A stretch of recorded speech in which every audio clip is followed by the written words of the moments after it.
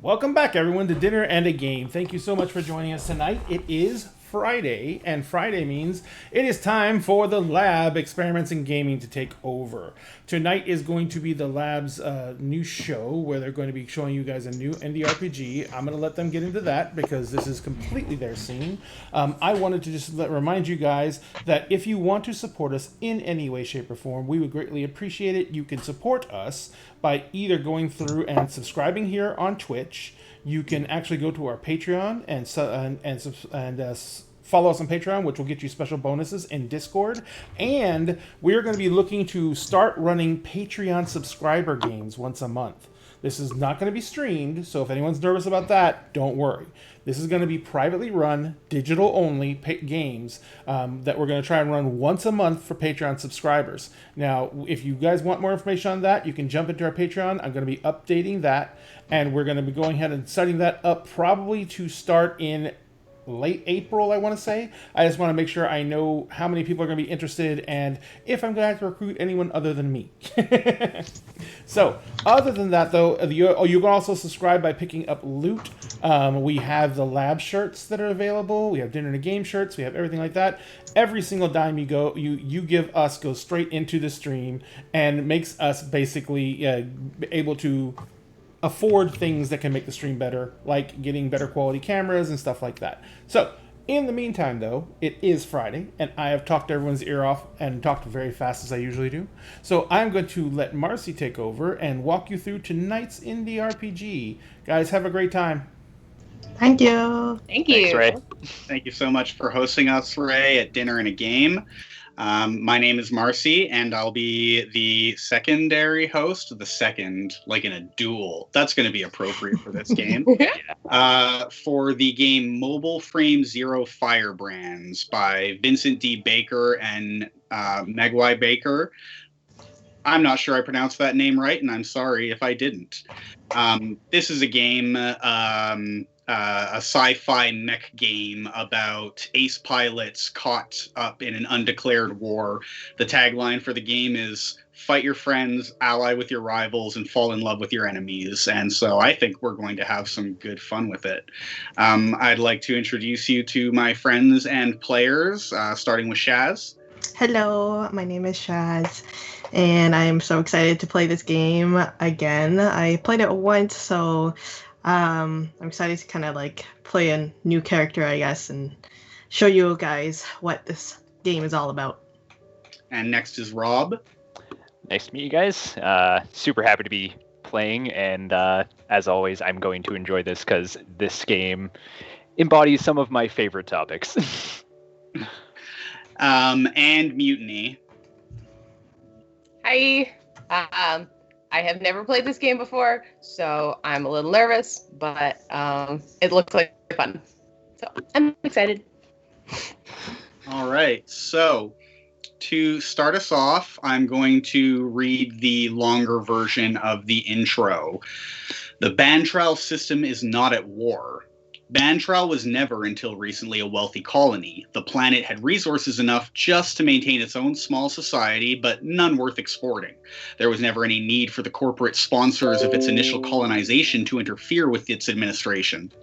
In the halls of the Solar Union Commerce, land shares on Bantral were traded for nothing, no cost, no gain. You might throw all my land shares in Bantral into your golf wager as a joke, or give them as a prank gift to a friend. Recently, though, there was a minor development in an obscure biochemical processing technology, and the novel features of Bantral's ecosystem went from being a scientific curiosity to being an untapped and unknowably deep wellspring of wealth. Land shares on Bantral are no longer an ignored asterisk on any balance sheet. The handover of administration and power from the descendants of Bantral's original Terran colonists to the newly interested legal right holders, the self-proclaimed landowners, has been cheerful, orderly, and mutually profitable. There have been a few isolated spats, of course, but there's been practically no protracted bitter or bloody war of resistance between the displaced old Bantaresh aristocracy and the off-world landowners. When a landowner uses the threat of violence to force a hereditary great family... Hang on, sorry, my contacts just dried up. Hereditary great family to give up their land, keeping them on as guides and entertainers, it's cheerful. When they offer them in exchange for a negligible sum, it's mutually profitable. When a fiery company of Banteresh irregulars responds by raiding their holdings and seizing arms and material against future battles, and local insurrectionists take advantage of the upset by forcibly occupying a biochem processing facility, and the landowners respond with a ruthless crackdown and martial law, these are a few isolated spats. To admit otherwise would be to invite the intervention of the Terran Transit Authority's mediation and peacekeeping forces. And then no one would get rich from Bantral but the Terran Transit Authority. So this is a game about a quiet war. The people who live on this planet, the colonists, the royalty, and the rights holders who never stepped foot here before its resources became useful, are all quietly waging war on this planet to control as many of the resources as possible before they re-debut themselves to the global commerce, the global solar commerce, the big system. And for that reason, our characters, who are romantic ace pilots, the princes, the revolutionaries, the scions of wealthy homes, have to behave ruthlessly and subtly at the same time. Because if this war gets international attention and the Terran Transit Authority has to step in, they will just seize all the resources, and then everyone who lives on the planet will lose. This is a game that... it's super fun. Okay, let's just... There are 3 factions in the game. There's the Bantresh, which are the aristocratic families of Bantral. You play a hereditary warrior prince or princess of a noble family, a mobile frame mace pilot. There are the landowners, which according to Solar Union law are the rights holders to the wealth of Bantral. And then there's the undeclared war between the landowners and the aristocracy and the revolutionary locals who are seeking to claim the means of production so that the people who actually work the planet can get rich off of it. So we're going to start off by deciding which of those stories interest us the most. There is going to have to be an overlap of 2 people picking the same faction, and the way that we handle that is we are different parts of the faction. Obviously, if there are 2 royal families, each one of them wants to come out on top, so while they may seem allies within certain contexts, they are still enemies within others. So what's calling out to who?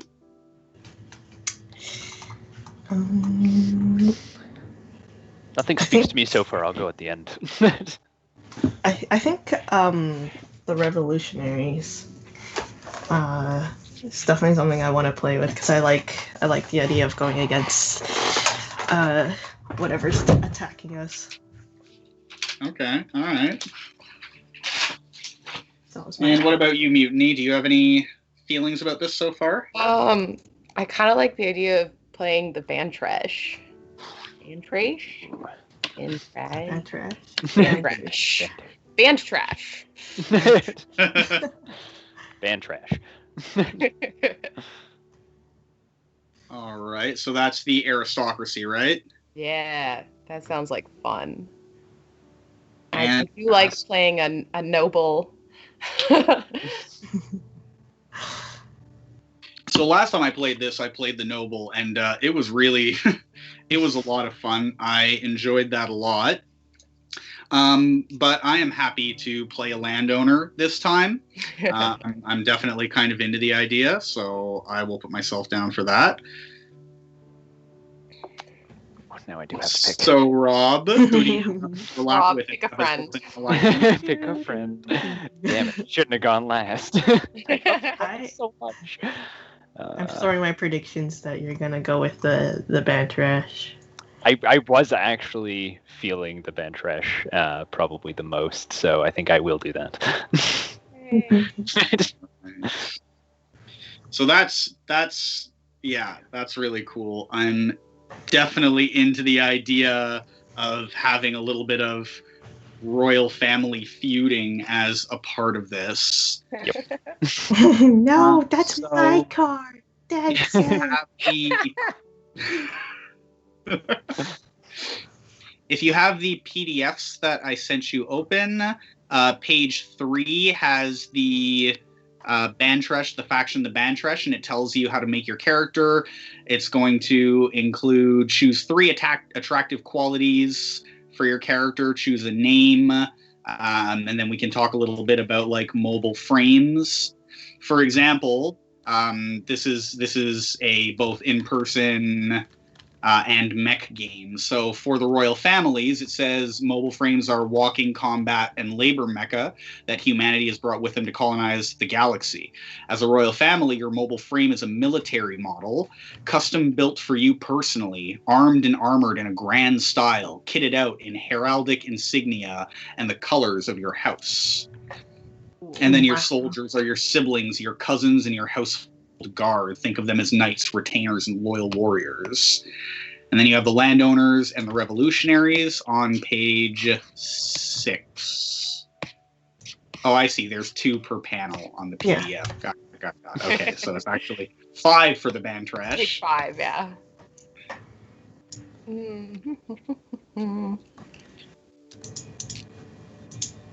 So I'm a landowner, and it says landowners, their soldiers, and their officers are all your friends. The Bantresh are your rivals, but when fights break out, they're your enemies, and the revolutionaries, flat out, are your enemies.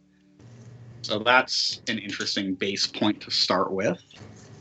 For the revolutionaries, it's while both the Bantresh and the landowners are your enemies in principle, some of their sympathetic individuals, families, and squads are your rivals and friends in practice. And while in principle, the revolution is entirely your friends, in practice, it contains rivals and enemies as well. It's a lot of in practice. Yeah. Basically, the tankies versus the anarchities. Yep. That's me. Now, what I like is Bantresh of the same family are your friends, but of different families are your rivals. So, Rob and I get to decide whether we're the same family or not. Oh, interesting.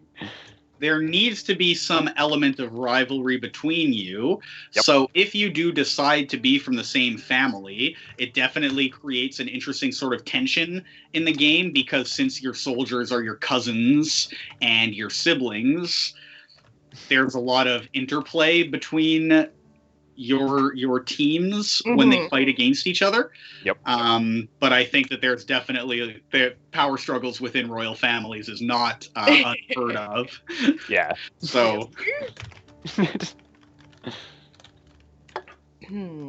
always have the most fun imagining the aesthetic of my character, and like the whole mobile frame is just another step where I can imagine like what I'm gonna look like sitting in my little mech thing. one of my favorite parts of the game. For my 3 attractive qualities, I've decided I'm going to go with educated, fashionable, and sophisticated.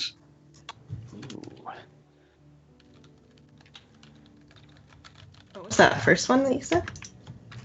Educated.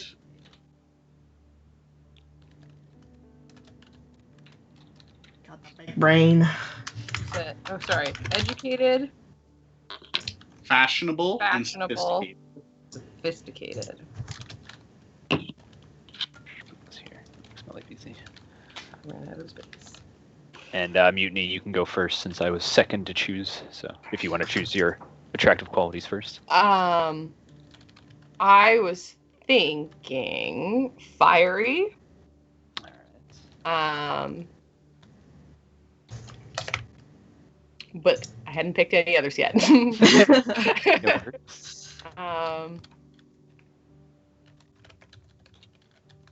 I think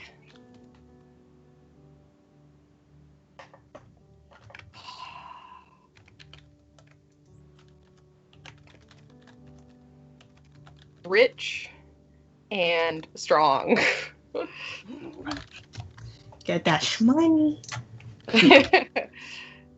Fiery, rich, and strong. Yeah.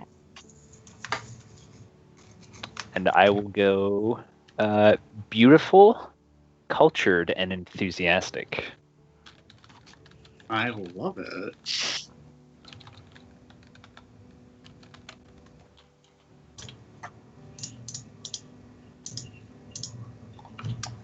I just imagine Rob's character as like a TikTok person. Like, have you seen this new trend? I wasn't going that line of culture, but okay. It's a line of culture. It's absolutely, yeah. But I don't think it's the one I'm gonna pick. It's not you. It doesn't fit me, since I don't really even know much of TikTok. That's where we come in. Yes, you guys can help inform my decisions then.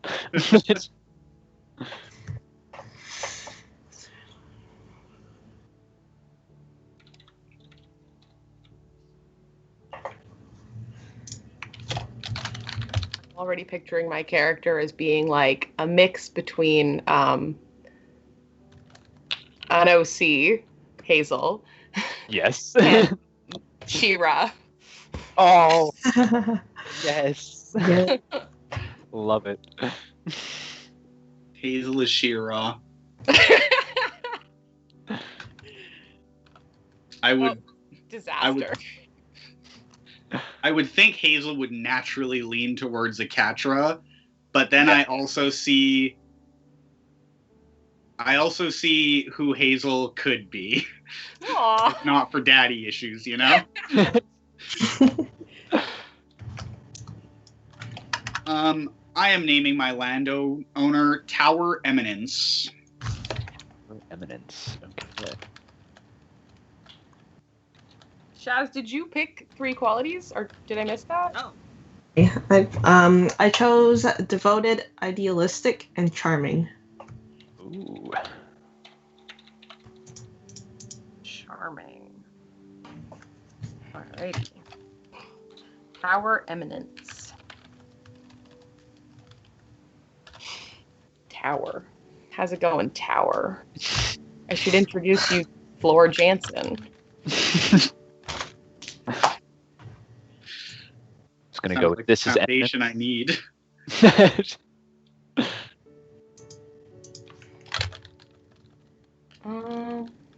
For the landowners, it says your mobile frame is a high-end military model, armed and armored to your exact specifications, bearing the insignia of your company and rank. Interesting.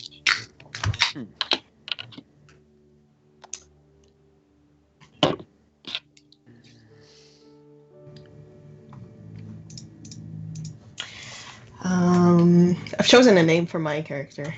So Let's have it. it's Rena, and she'll go with a she and her pronoun.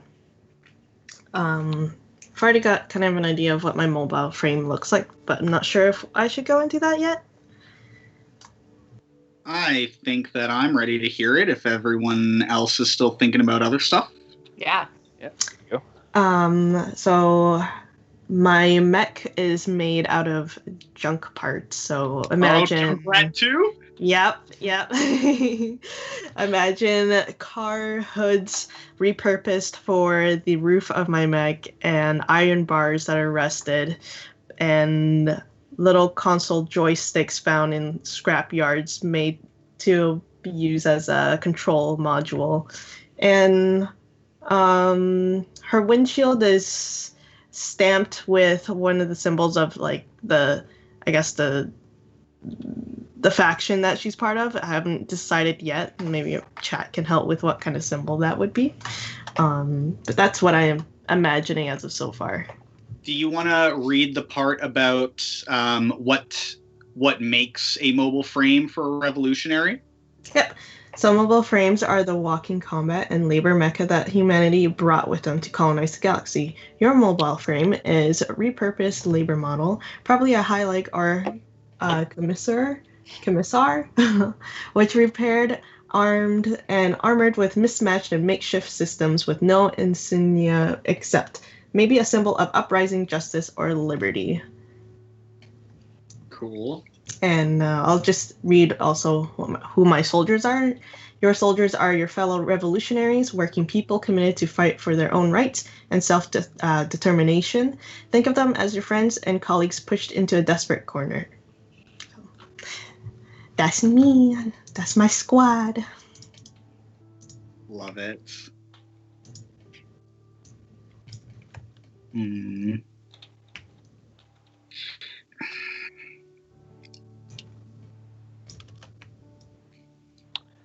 So my character's name is going to be Anya, just first name, unless we come up with a family name, Mutiny. I feel like because you're doing royalty, it's most necessary for you to have some sort of family name, title at least. Okay. That's gonna need some thought.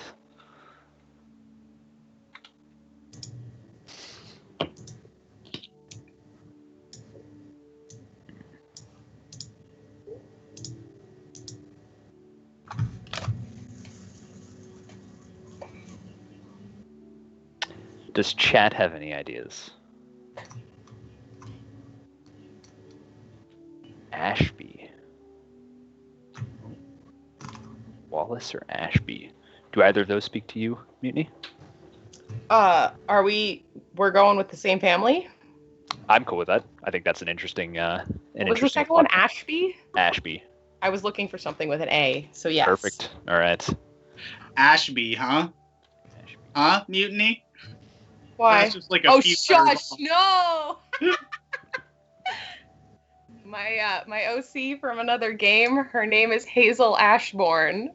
And Oh my god! I totally plan forgot. Wow. Clearly, I did not plan that. Yep.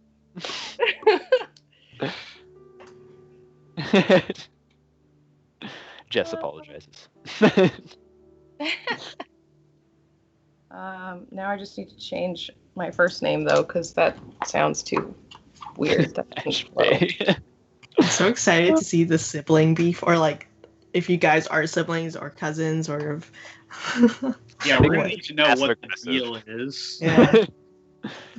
I definitely want, like, at least for my part, it will probably be very passive aggressive of like, yes, I'm totally nice to your face, so happy to see you, and then it's like, oh, I'm gonna destroy her. Give away the game. Rob has to make a character that beefs with each one of ours at least once. Oh yeah.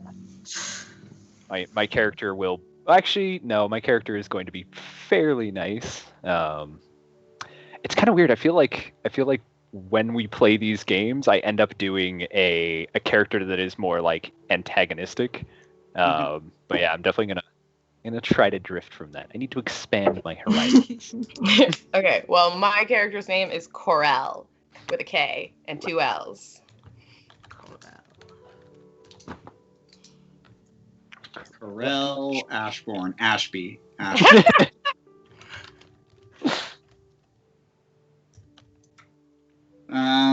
Tower is going to use she, her. What are you feeling for Corel and Anya? She, her for me. Yeah, same. Nice. Perfect. Love it. Girl gang, girl gang. Yeah. We are all technically fierce then.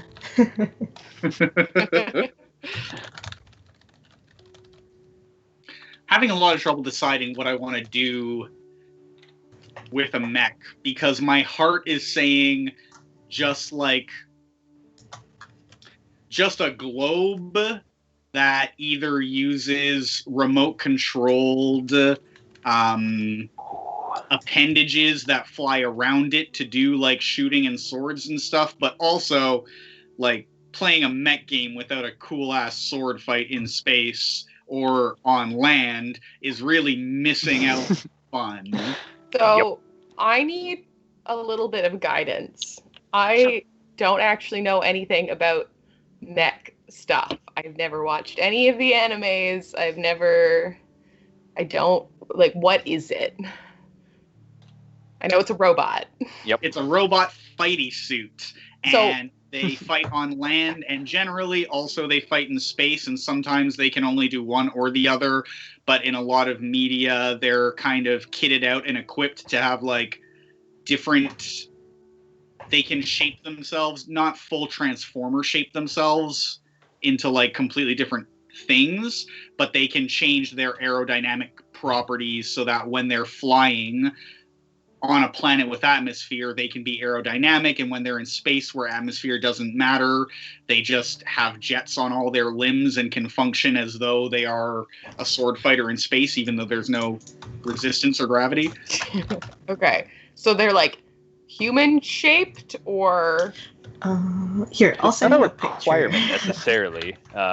Like as Marcy said, having the orb that is remote controlled is a totally fine option in a sense. But yeah, it does take away from the sword fightiness, as it were. But yeah, they don't have to be human shaped. I did a spider the first time, Yes. which is kind of fun. So you could you could do a cat, a big ass cat suit. Not gonna lie, that does sound they're kind of cool. controlled, right? They're not like You're inside it. you Yeah. are inside it. Okay. Yeah. Yes. It's a manned craft. Okay. Just Got it. imagine like a car that can fight. Like get in and get out of it. With a sword. Okay. It doesn't have to have a sword. It can have like a rifle, a Gatling gun, an axe. Just think of like what you think would be, let's say you're playing a rogue who can turn into a cool fighty boy who also has access to guns. Like, are you making a great orc with an axe and a Gatling gun, or are you making like Kahit is what's coming to mind, not the D&D cat one, but like with like two knives. Like what is your fighting form for just like beat 'em up combat if guns were involved? Okay. Well, I want mine to be bright emerald green. All right. I don't know if that doesn't have to be our house color, but that's definitely Corel's color. All right. I like that color.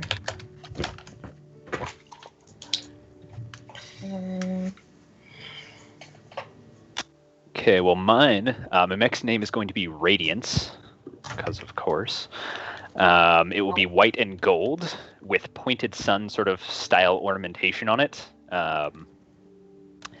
Kind of like on the shoulder pieces and the chest, and it fights with its fists. So Nice. its arms are like a lot thinner than one might expect, like the actual arm joints and everything, but it just has two massive gauntlets on its hands. Okay. That's so cool. And it is human in shape, I should specify.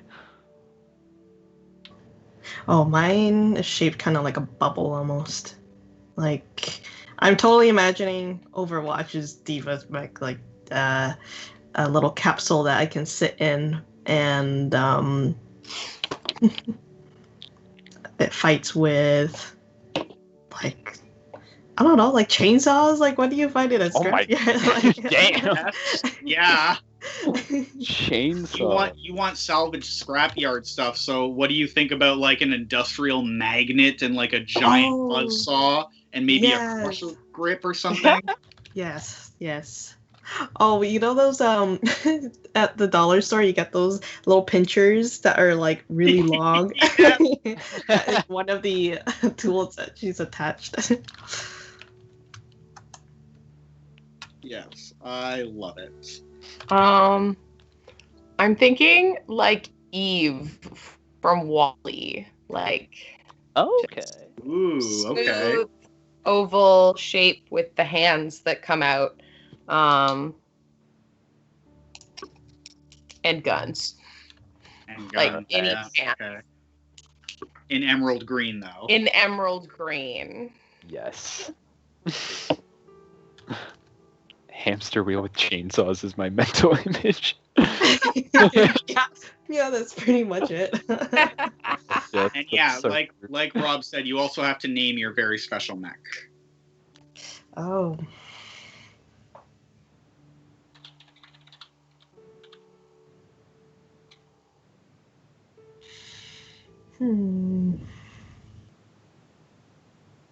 Fluffy.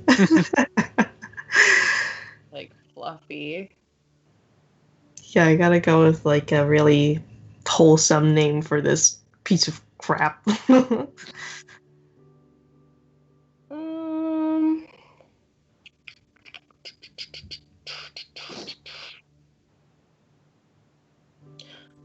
Mine is going to be called Hex. Ooh. Yeah.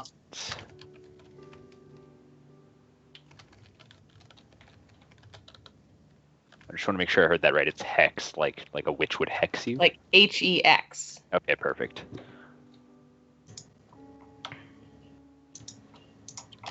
I don't know what to call mine.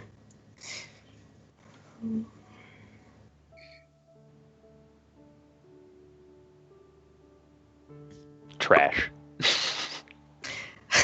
Wait, Oh, we're no. serious about Fluffy? I thought I you like- were I like serious about Fluffy. No, I liked Fluffy Fluffy. is good. I was like, I don't know. I want to If add a little Fluffy is twist. your to it. instinct. Yeah. Yeah. I'll give that creds to Jess, I think, who suggested. Yep.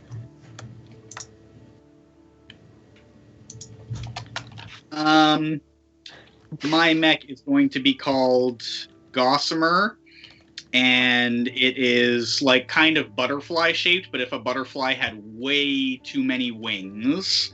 And its primary function is shield generating. The wings are detachable and can generate shields around things. I've decided that one of her important missions is to protect infrastructure. Because Okay. she's really interested in making sure that as much of the value of this planet survives when she gets her rights properly secured. I think that there's I don't think there's any long-range guns on Gossamer. It's basically like short-range laser guns that can also be like a laser sword. And it's basically shaped with just way too many wings. Down wants to save infrastructure just so that I remember.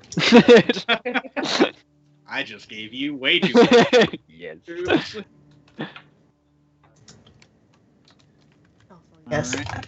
I like the suggestion of the name being Floofy McFlooferson. I'll change it to that. Floofy McFlooferson. Oh, Sugar Is Sweetie that Belle Fluffy Floofy? the third, though.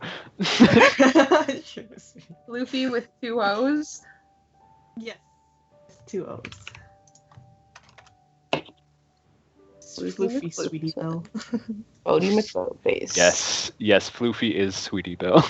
I'm confirming. Floofy is Sweetie Belle? Yes, 100%. Has to be it. This junk part with chainsaws? Yes. Nobody gives Sweetie Belle chainsaws. I don't know. Sweetie Belle seems like she's hiding something. She has like that. She has a darker side.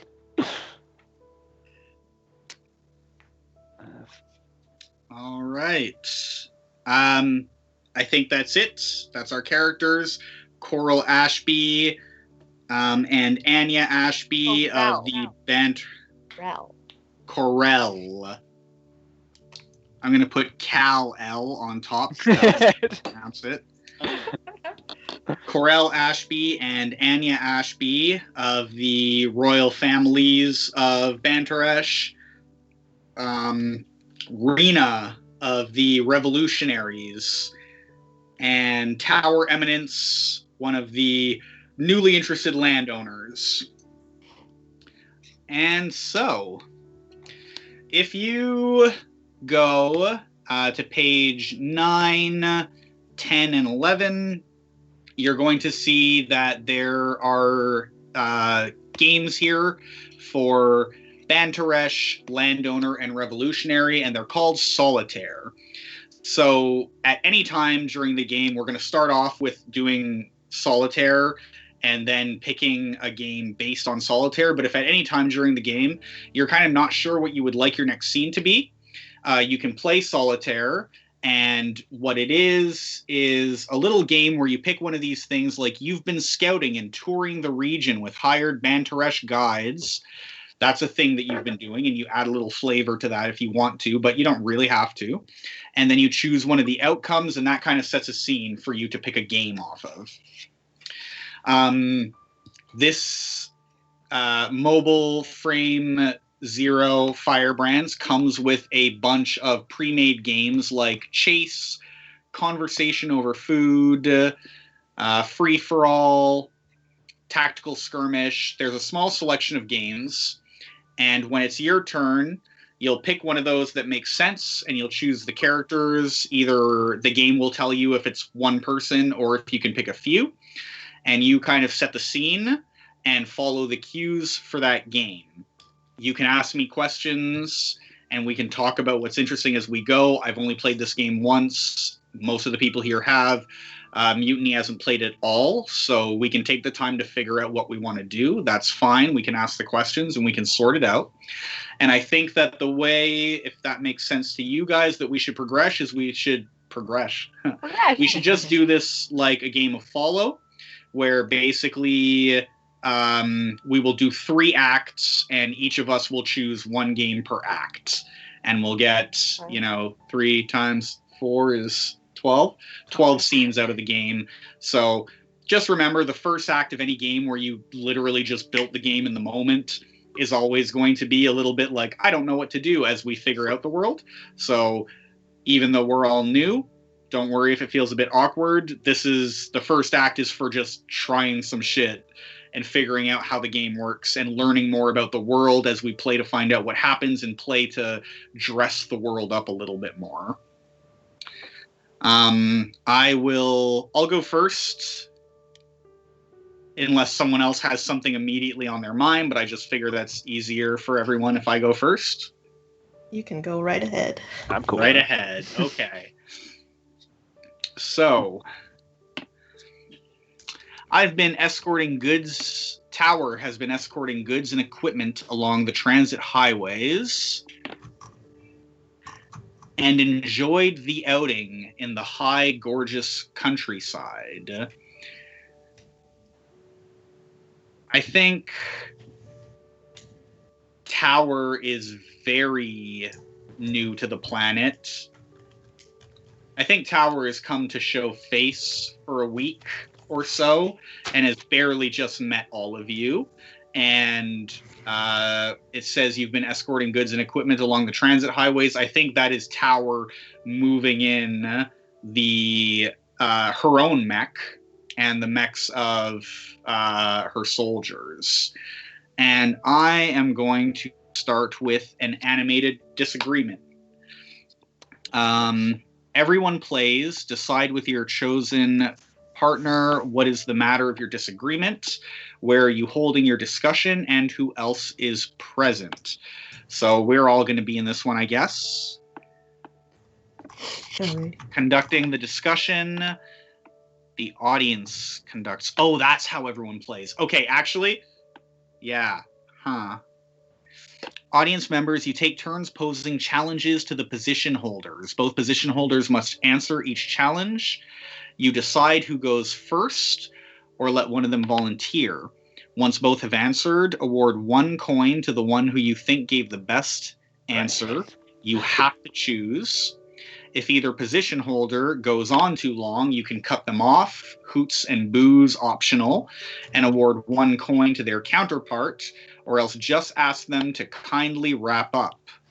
They are absolutely not allowed to interrupt or rebut one another. If either position holder interrupts the other or tries to get in a rebuttal when it's not their turn to answer, cut them off at once and award 1 coin to the counterpart. After 3 challenges, they compare coins. So I think my chosen partner for this game is going to be Anya,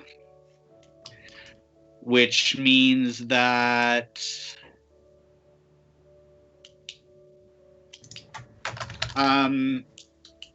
Mutiny and Shaz, you both can talk about how to be the audience. So this is page 13, and basically the two of you get to choose 3 of these challenges to ask us, and we each have to provide an answer to the question. And once we've provided the answer, you get to decide between the two of you which one of us won. I think the disagreement that we're having with Anya... Do you have any ideas for this, Rob? I feel like I've set up that I'm storing or bringing weaponry in, and I think that the disagreement is probably about either how I'm doing it or where I'm putting it. Is there anything that you particularly want to fight against?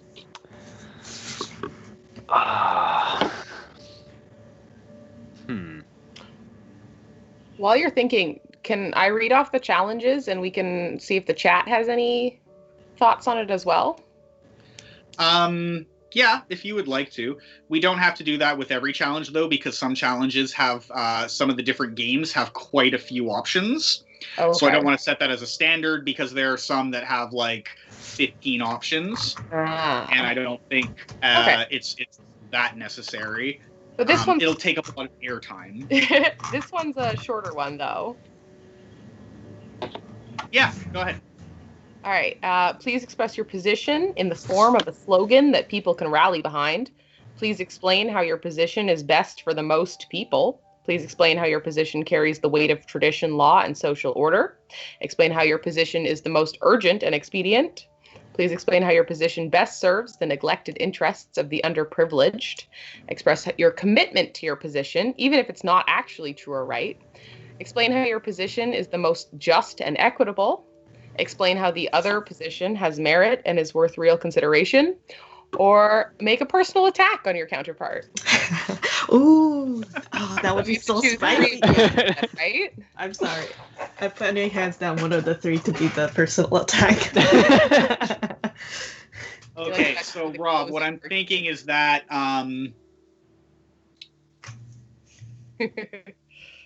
I think that maybe I have the legal rights to basically the whole town, which the royal family has been running in my absence. And the royal family has its own, holdings and its own homes and everything. And I think that I showed up a week ago, made my introductions, and now I'm moving my entire life into the town hall. Okay. And Mutiny and Shaz, you don't have to play your characters for this. You basically just play like the people of the town who are not necessarily involved one way or another, or just the people who have to live here while this undeclared war is happening between 3 different factions. And so I think basically maybe you called me out about this being inappropriate. Does that feel right for you? Absolutely. My slight thoughts, I'm not sure if I'm allowed to set why I think I called you out, but my thoughts were that this place is of cultural significance to the people of the town. And you moving in and setting up infrastructure, it kind of gets in the way of maybe this was like a meeting place or some place of religious significance. Mm-hmm. And because I've designed my character to be cultured, while the people of this town might not be able to fight back against you, I think that it's my turn. If you're cool with that. Yeah, okay, I think that's good. So that's kind of the position that we're in, is that I'm the legal owner of this town. I am just moving my shit into the town hall, which is a significant meeting place for the town. And Anya Ashby has come out basically to say you can't do this. And low-key, everyone knows, like, we're just flexing on each other. Yep. But the people of the town still have to deal with the outcome. So Shaz and Mutiny, you get to choose challenges, and then we both one at a time have to respond to them, and you award who won that challenge one at a time. I'll give Mutiny the first challenge. I'm sorry. Keep thinking about that. I forgot that there is Some extra details. First, during the discussion, anyone can ask for details about the setting, occasion, circumstances. At the start of every scene, sorry, I forgot about this. I'm not well practiced in this game, but at the start of almost every type of scene, there are questions. What do you notice about each other, and what have you heard? And in this game, you and your partner each state your position, and then everyone else takes part of the audience. So I am going to say that what I notice about Anya is... Anya is 16, I also want to specify. 16. Jeez. Yes. This is... Wait, I wanted to be the younger sibling. Oh, okay. Damn it. You did choose first, so if you What want to if- be your sibling. It's like twins. It's fighting. Yeah, right? Oh. Oh, Okay. okay. Interesting. I like Can I it. still be the younger sibling? Yes, younger by 2 minutes or something. So what I noticed about Anya, obviously, is that Anya is a child filled up with idealism. I'm not even sure in this situation that Anya knows that this is a bullshit position to take. Like, Anya isn't also just running the town in her own way. And what I've heard is that Anya tries to help the people, but in a let them eat cake sort of way, which is not a thing that person actually said, but just like what I've noticed and what I'm going to set for your character is that you don't understand the working people's lives well enough to meaningfully Okay. help them. All right. So that's what I've noticed about Anya. Okay. What I've noticed about you is that you do not, you care about the infrastructure and running of the world. So you are clearly educated, but you didn't do any of your research. You have no idea of the people here. You have no idea about the hundreds of years of cultural progress that they've made and why that matters to them. And that's what I've noticed. Okay. Fuck you, first. Yeah, I know. I was leaning that way, but now you've made that a thing. Yep. Hold up, we're skipping to the personal attack too quickly. Oh, we could get more personal than that, I think. During me and my partner each have to state our position. So my position is that as the legal owner of this colony on Bantaresh, it is my duty, now that I'm here, to situate myself as close to the heart of the population as possible, because I need to become very familiar with the people very quickly. And there is no other option but for me to be in the center of the colony if I need to get that much information that quickly. Okay. Interesting. Okay. My position is kind of like pre-stated, I guess, that I want to be able to maintain the cultural significance of this place and not have you destroy, or at least prevent people from being able to access things that they consider important to them. Okay.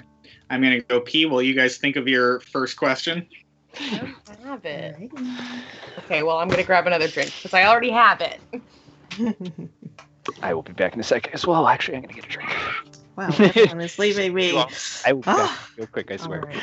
We're all just dipping. Okay. I was thinking of doing how to explain how your position is best for the most people. Okay. I think would be a fun one to start with. Yeah. I'll get an idea of like what they think about what their values are towards the people. What they think is right. Yeah. What do you think? I don't know if we should decide it later after they've done their first argument. But we can discuss like the second one together. Sure. Because I think you already picked the third one. Which Yeah. Yeah. So Yeah. So there you this go. argument is going to devolve. Yes, and comfy break. Did you have a thought? I mean, because they're talking about culture, we could do the how your position carries the weight of tradition, law, and social order. Okay. Uh, I also think express your commitment to your position, even if it's not actually right, would be interesting and also lead very well into the last one. I think I like that one better, actually. True. Yeah, we'll go with that one. Okay, so we've got our question. Muni, would you like to start with the first one? All right. Town hall call to order. Please explain how your position is best for the most people. Well, I would like to say, since the people of this Banteresh colony have been so welcoming, it's very important to me to learn your ways so that I can how best to serve you and to maximize the profit that this colony can produce, both for the company and for the people who live here and do the work. Oh, I'm going to start off just going right into it. Yes, they are very welcoming because that's part of their culture, and you're taking advantage of them. You're taking advantage of their niceties and the fact that they are allowing you into their homes, and you're abusing that by setting up in one of their places of worship, one of the places where they come and they speak to their elders. This place is important, and yes, they did welcome you. But no, they did not give you the right to set up here. I don't know if that's true or not. Just going to preface that. So you two have to decide. What are we deciding? You decide who won that one. Who won that one? Ooh. I thought it was kind of like, you know what? Like, mic drop facts, like, no one told you that you can set up here. But did it answer the question? Mm. I think that's very relevant. Just I think personally I think Tower won that one. For answering the question, yeah. Yeah. She's trying to build the infrastructure and help out the economy. Yep. Anya's just going for B. Anya just said no. Just sass. Yep. Anya's sass. All right. 1 point to Tower. All right. And then our second question was the please express your commitment to your position, even if it's not actually true or right. Do I go first? Or does it either or? I go first if you're not ready. Oh, no, I'm I've ready. been prepared to take my role amongst these people since I made the decision to, and I take it very seriously. Hang on a second. Sorry, what was the question again? I got so So it's please express your commitment to your position, even if it's not actually true or right. I do have the legal right to this colony's holdings. And the thing that is the most important to me is to walk the line between the company's interests and between the people who have taken the time to build up this place of industry where the company would like to provide more support and would like to benefit more from what's here. It's of the utmost importance to us that everyone finds this situation agreeable. So, just want to reiterate, it's express my commitment to my position. That is the question. While you're not wrong, you're not taking into consideration what these people have and what you're taking away from them. My commitment to my position comes from the fact that I have lived with these people, maybe not for long, and maybe I don't know all of them.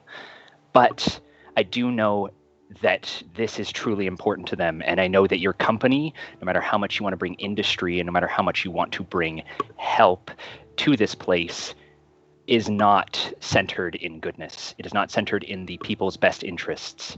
It is centered on your company's best interests because it's a company. It doesn't care about these people. They are not going to have a place to meet. They're not going to have a place to continue their cultural evolution. You've taken that from them, no matter how much you own this place.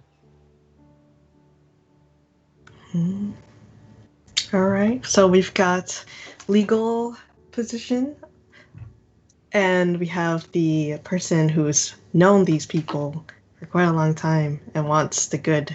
I wouldn't say Help. quite a long time. Yeah, I said very little time, but I've spent some time with them, and I know them. Maybe not all of them personally. Listen, she's 16 years old, all right? She Yeah, doesn't exactly. know Yeah. let alone Not the there greater. yet. Oh, I don't know.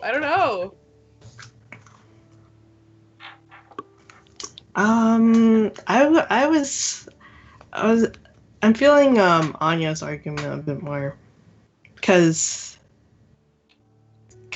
they've expressed what their I guess their position in it, but also what they want to commit to maintaining, I guess. True. Culture and Yeah. yeah.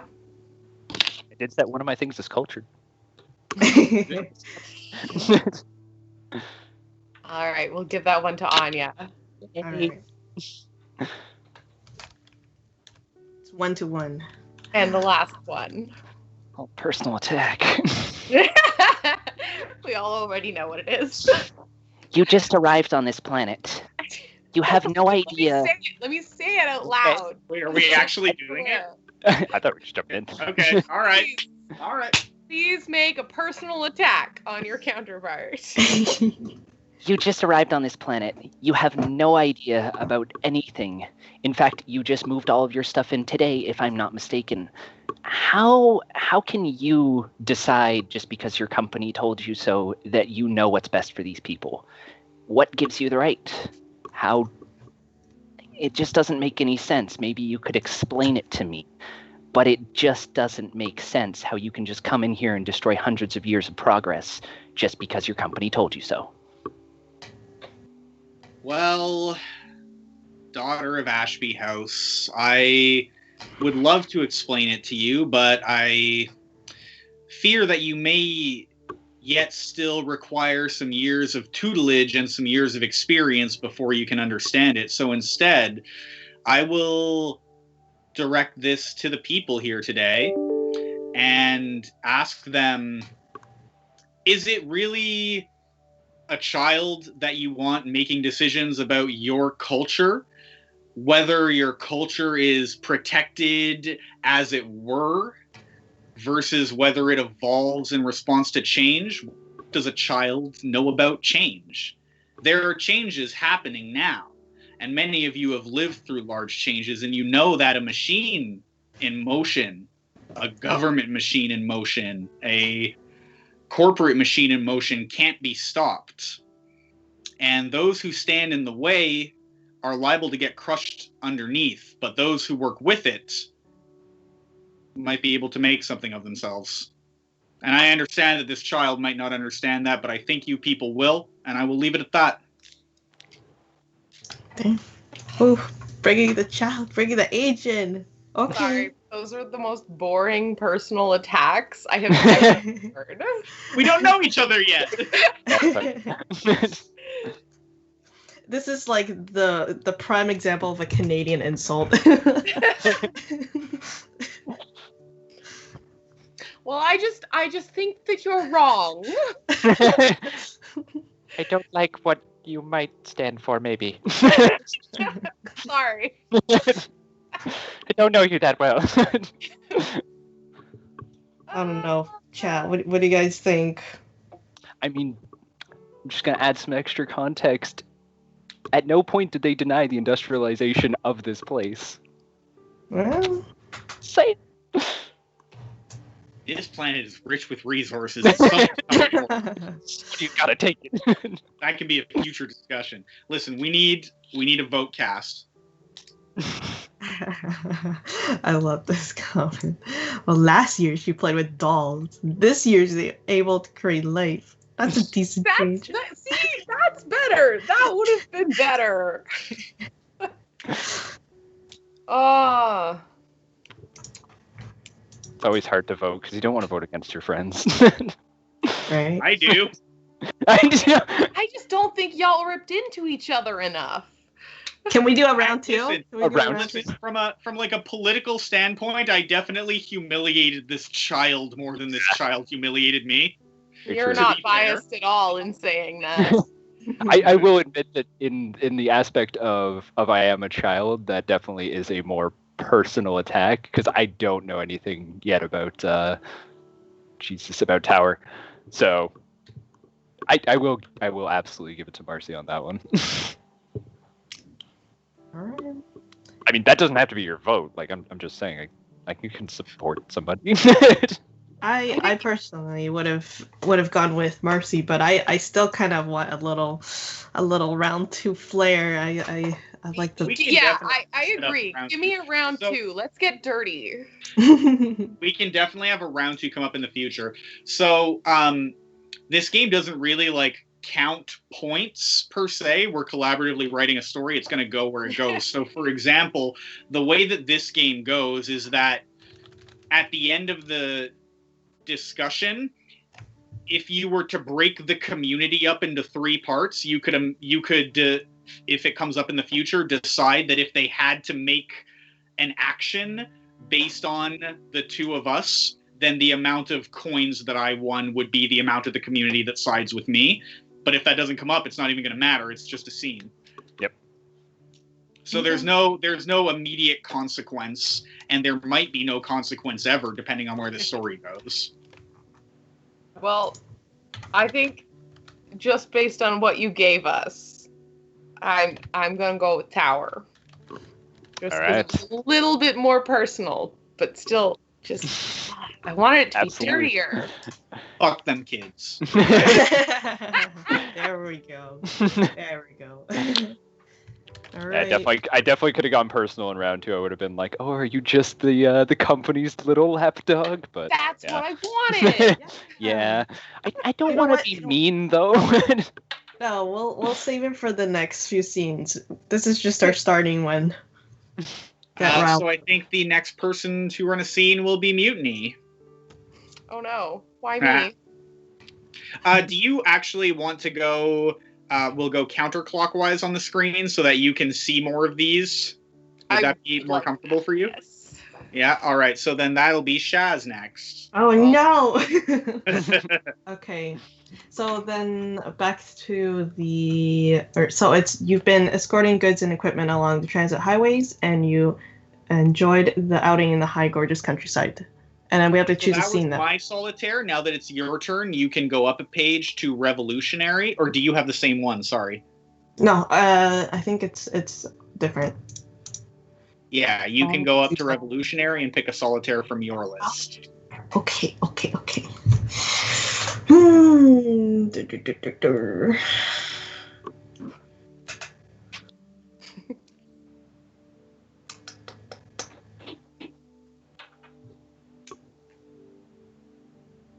Man, you could have been like corporate fat cat, doing what you're told, no personality. That's Madam Corporate Fat Cat to you. I don't mind losing. It's all good. I prefer it You're to my be. sister. I mind you losing. It's all That's about the an interesting embarrassment on story. me. Exactly, but that could play into our story. You know what? You have a couple of you've got a scene coming up in 2 scenes. So I just want to say, if you want to look at some of the fight game options and avenge your sister's honor a little bit, that I'd happily do that scene. Your angst embrace the hormonal side. No. Okay. I don't know. I have this one that I really like, but I feel like it would be more appropriate for a scene that's more action-packed. But I was going to suggest you've been raiding Bantrish plants and warehouses for material, and you've seized a mobile frame of a night guard. And I was totally imagining, like, because I'm a scrap queen, basically, and doing a scene with one of the Bantrish who's, like, visiting my little junkyard, or rather even the landowner seeing that I have, like, a piece of the Bantrish materials, like, why do you have this? You know what? We'll do that scene. I'd like to do a scene with Tower. And it will be how, as I described, you're coming to visit the areas, getting to know everyone of the town, and that you've noticed that I for some reason have this mobile frame. Okay. You know what game you need to play for this? Can do. So we have a chase, conversation over food, dance, free for all, being sword to sword, tackle skirmish. Let's do a conversation over food. I feel like that would make the most sense. Okay, I'm into this. Ooh.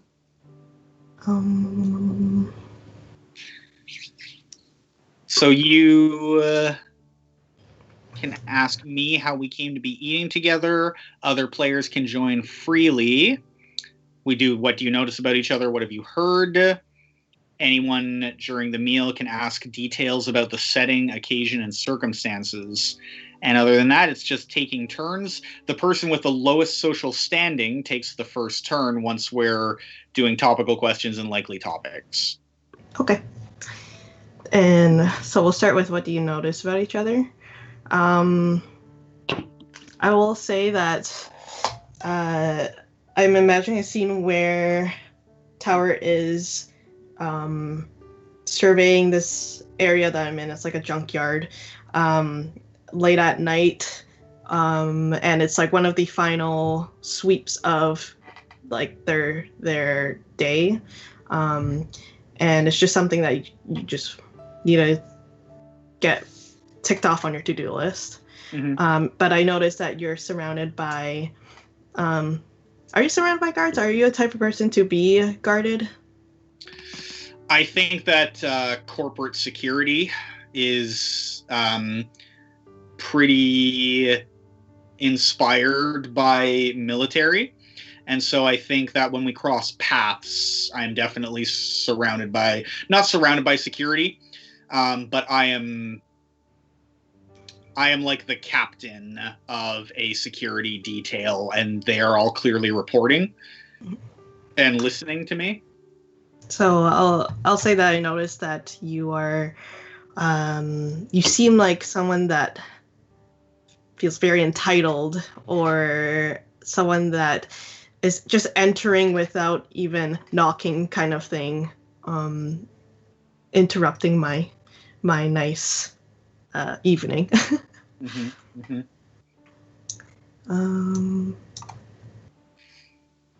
So I get to decide how the two of us came to be eating together, since you picked me and then you asked your partner how that happened. So I think that, like you said, checking stuff off the to-do list, I think it was basically like bringing some of the last stuff in, and then me and a few of my detail a detour around the perimeter of the city, which passed us by, I imagine, the scrapyard. Yeah. Where I recognize, I don't think Rena is clumsy or careless. So I don't think it's like I saw the whole mech sitting out or anything.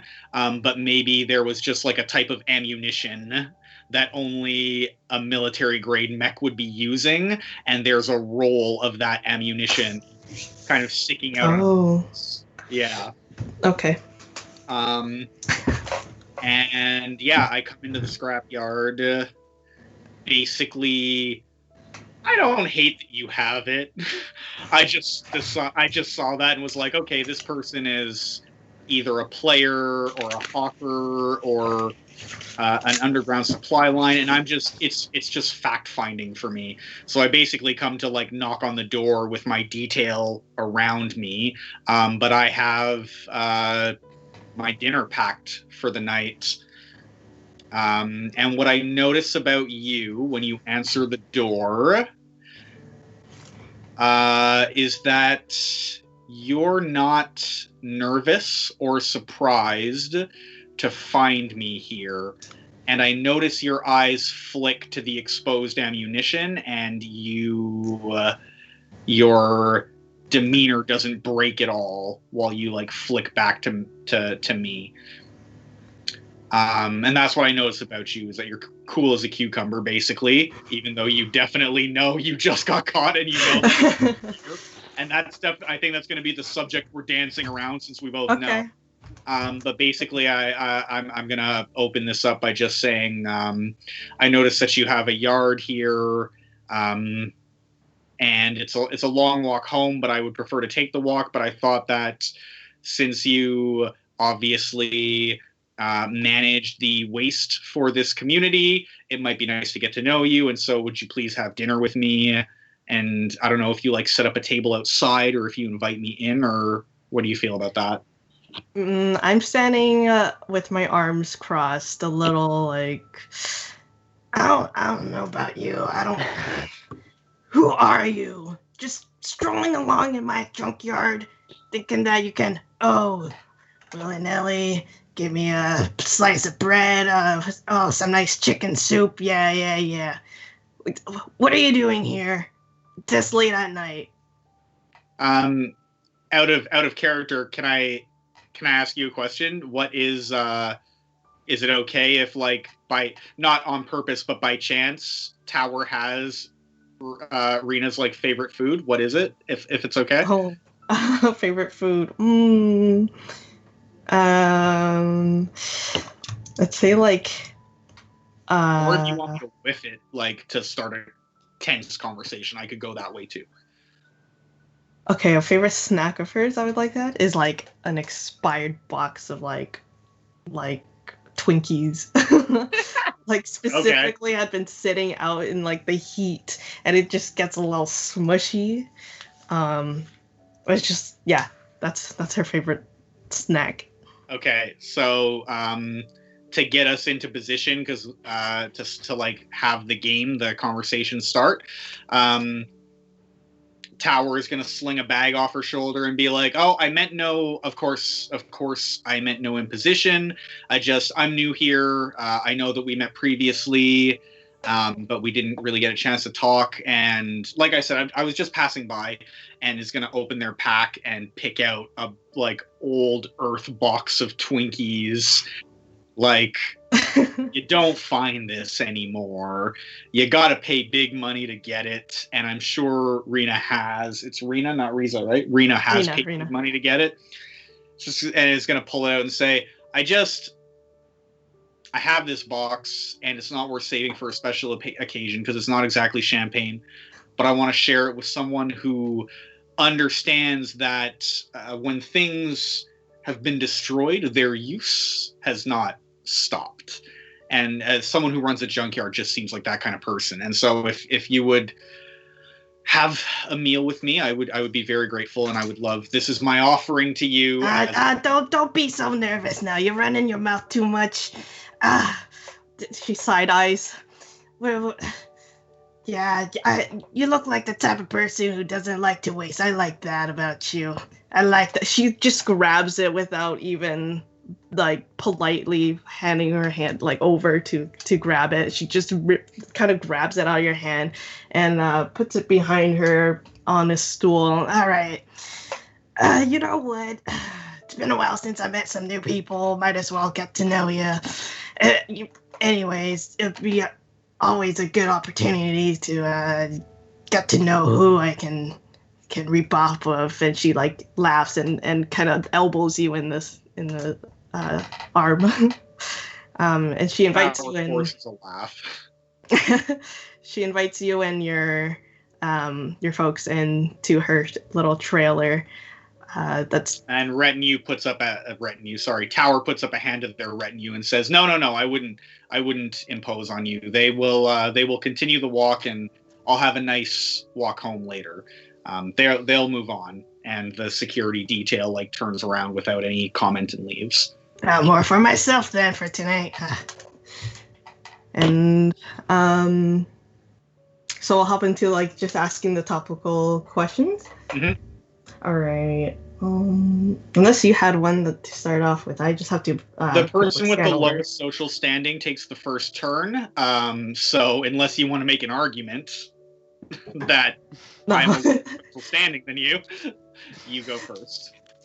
Okay.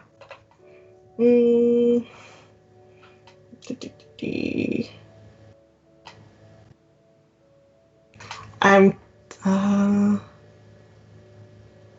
I was just looking at. I'm trying to keep you occupied, so that you're not looking at the ammunition. Yeah, you know what? We'll go with that. So I invite you into my trailer, and it's a cramped, tight space, only really meant for one person. And I'm already cooking up a pot of mushroom soup, and I step over to the side, kind of like leaning over the counter where the ammunition had been resting. And I heard from a lot of townsfolk here that you're been hassling the Bantrash. You know, they don't seem to agree with your beliefs. What are your beliefs anyway? What are you here? Why are you coming back here for? Tower is going to very politely pull. I guess not pull a chariot because it's a small trailer, but Tower is going to sit down somewhere where their back is kind of to the ammunition. Like they're going to willingly cut the ammunition. So the question is, I try to keep you occupied. Do you go for it? I'm going to go for it. And Tower is going to sit down and say, "Oh, my only interest here is that now that there is a resource that can be profitable for the company and for the people, that it's leveraged to its maximum potential. And that's the only thing that's really important to me." And then So you're my saying question that, is, do you want to go? And then I'll ask a question. No, you go ahead.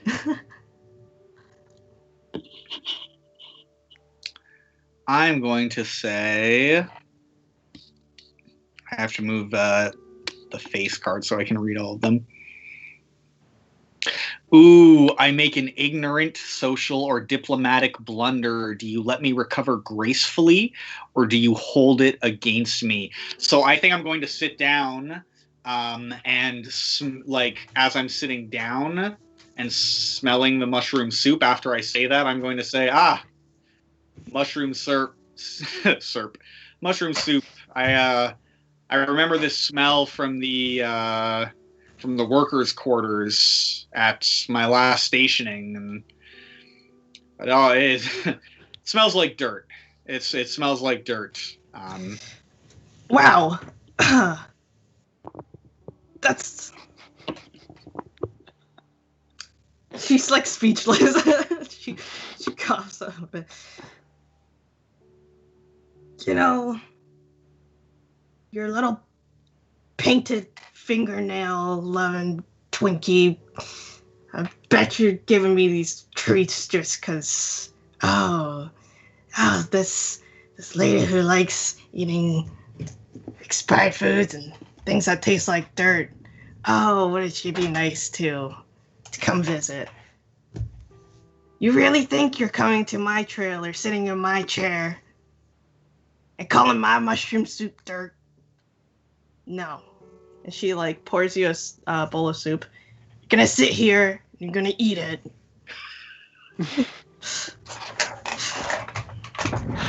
Nah, you want to get to know the people here? You're gonna eat our food.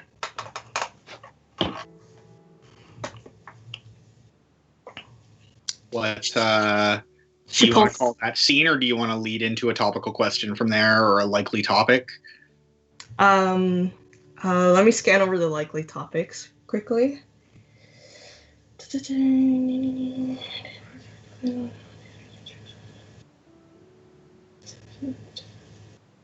You know what would be interesting to talk about? An unknown identity of a notorious highway robber. Oh. Okay. And maybe this notorious highway robber is actually herself, but she is trying to like frame another person. Okay, so I'm going to. I feel like after you say that, it says that I make an ignorant social or diplomatic blunder, and I think Tower did it on purpose because I'm like clearly letting you get away with the ammunition out, which is why I talked shit about the soup. And so you say all that, and then Tower starts eating the soup, and then talk about the robber. Yeah. Still tastes like shit. It's better than I expected. I admit it. It's better than it smells. That's for sure. Well, it's an acquired taste. You folk probably don't know what's gourmet these days. Anyways, keep on hearing all these sirens going around, and they keep on surveying my little junk rat scrap here, and I have no clue. Could you tell them that I have really no business being searched, and they're really wasting their gas just visiting my yard? I mean, what I've got to hide. Oh, you want to ask me for a favor? I just think that it is so dandy to already be developing these kinds of roots with the community. And I mean, of course, I've been to your home, and I think that you are an upstanding and trustworthy citizen and member of this community, and I would be happy to do anything that I can do to make sure that the company's presence here eases your troubles. Glad we're on the same page. And Tower is gonna like chug back the rest of the mushroom soup, like and put the bowl on the table and be like, and I'll remember that you owe me. And Tower is gonna leave at that point, but if you want to say something on the way out, please do. I don't owe you anything. That soup was my owing to you. Tower's you owe gonna me. laugh. And we'll call that scene. Cool. Okay.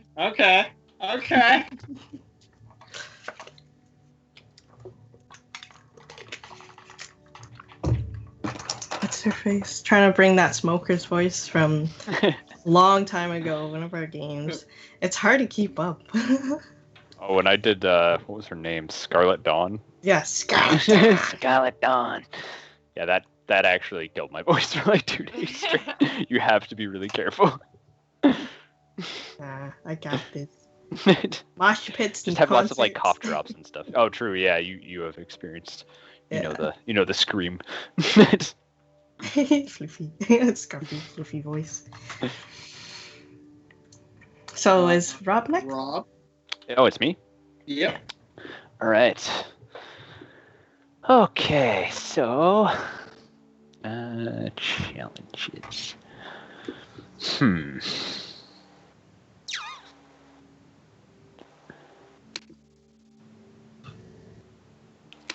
Oh, that could be fun.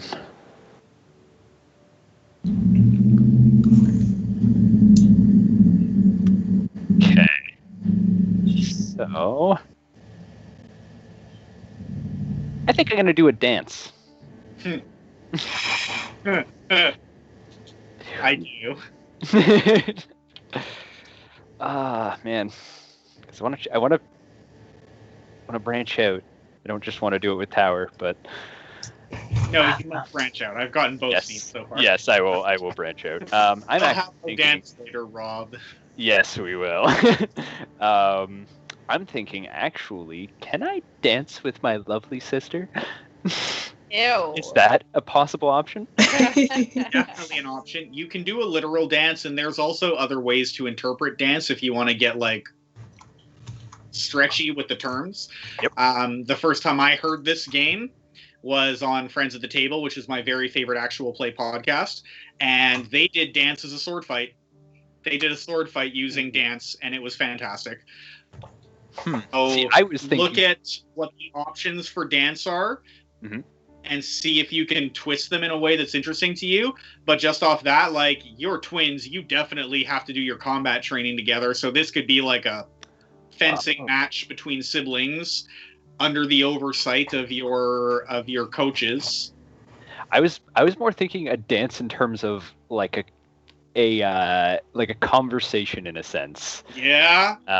Yes. Yes. Because clearly, Carell has not enjoyed the fact that that I lost that prior argument, and I think that could be like a fun way to then lead into Carell's interactions. Uh-huh. Are you cool with that, Mutiny? Do you play chess? A little bit, yes.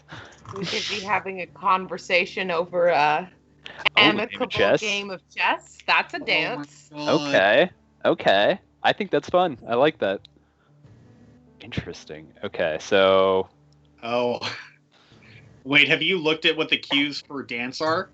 yeah, I'm looking at them and I'm like, these are very. But what I'm thinking is you could actually do meeting sword to sword as a chess game. Just because for the people who are viewing here, a dance has stuff like, my hair has fallen in front of my ear, do you touch my face? Something catches your eye and your lip lingers. What is it? When the dance ends, will you stand with me or rush away? So for siblings, it might be a little awkward. Yeah, it's a little bit. I did not read through the In the a question. like sibling rivalry kind of way, Mhm. like playing gentle, playing coy, but being a bitch to each other. Interesting. I think you Okay. could do that. For a game of chess, it might be complicated, but if you found another sporting activity, that it might work. If you guys want to do it with a game of chess, like, fuck it, I'll see it. Like, I am here. I'm just pointing out that it does not lean to that. Right. Sword fighting is fun. I mean, we're also like rich nobles, so it could be a literal dancing. Could be, yeah. I'm assuming that it's just the two of us. There's no boys in the family, so Yeah. we both have to learn how to dance, I guess. Oh, Interesting. yeah. Okay. Just Yeah, we're definitely not the dancers of the family. Going out there to kick some ass. dancing with two left feet. I but like you have to learn how to dance Exactly. in like high society. Yep. Absolutely. I like it. I'm excited to see this. Okay. All right. So, do I pick the first thing? So you have to talk about what you notice about each other and what have you heard. Right. And what I notice about my lovely sister. Should we wait for Marcy, or is Marcy back? I'm here. Okay. What I notice about my lovely, lovely sister is that she does not look happy. She looks a little bit perturbed. Perhaps it could have something to do with what I've done. And she is generally the more fiery of the two of us, to bring up her personality traits, and is definitely not one to mince words, but still likes to play the game. That's what I notice.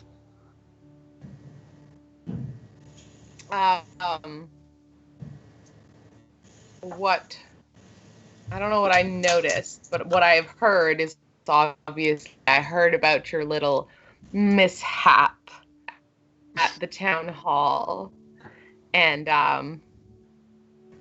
I'm noticing that perhaps you look just a little bit too chill, for lack of a better word. when you brought such dishonor on our family.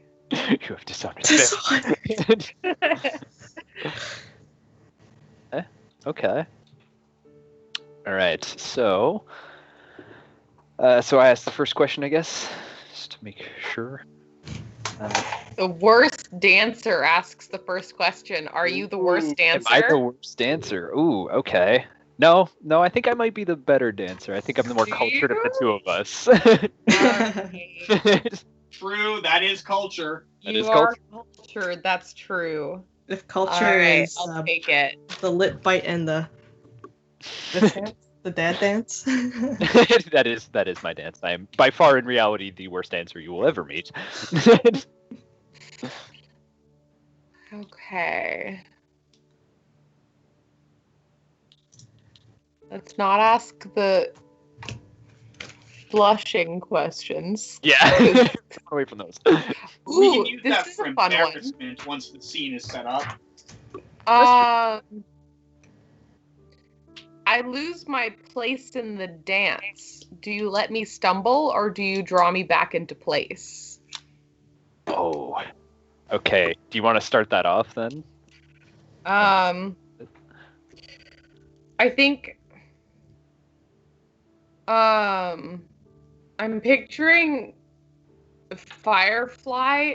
Have you seen Firefly? Not. You know, okay. They do this like fancy ballroom scene. ball dance. Yeah, where it's like touching hands and walking in circles. It's not like super like fast dancing. It's very choreographed. Okay. Yep. So something like that. We're talking while dancing, obviously.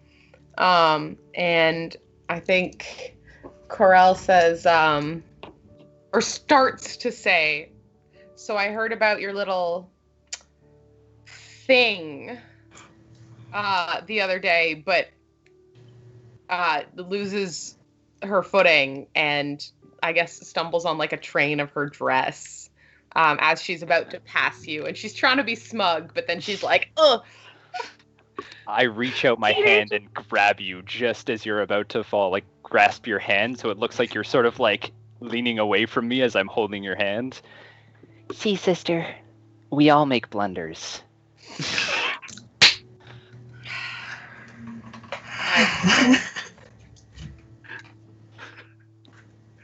That's just rude.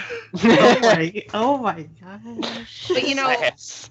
some of our blunders are in front of the dancing instructor, and some of our blunders are in front of the whole town. And I will admit that mine perhaps was a little bit more noticeable. But, as you will notice, I was there to catch you. Perhaps something to keep in mind for later, dear sister. Mm-hmm. So you were. All right, I think I'm going to ask. Let's see. Let me look at these. Abby's Huh? I have a question that I want to ask about the setting. Yes. Is it just the two of you, or is this like a broader dance class for like the cousins and the other people who are your soldiers? I kind of like the idea of it just being the two of us. I'm okay with that being not seen by very many people. Yeah, me too. Yep. Like there's an instructor just kind of watching and Yeah, I like that. yeah, I like that a lot. We get to be snarkier. Yes, exactly. Okay. Let's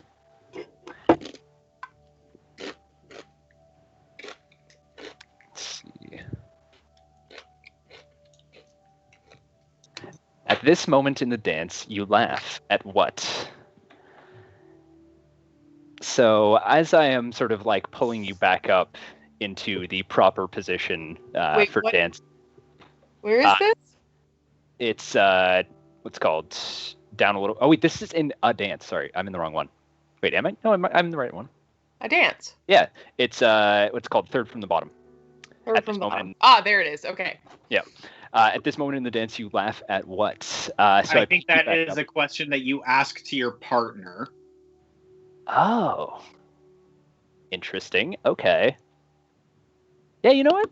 I will ask that to you. So I laugh? Yep. Okay.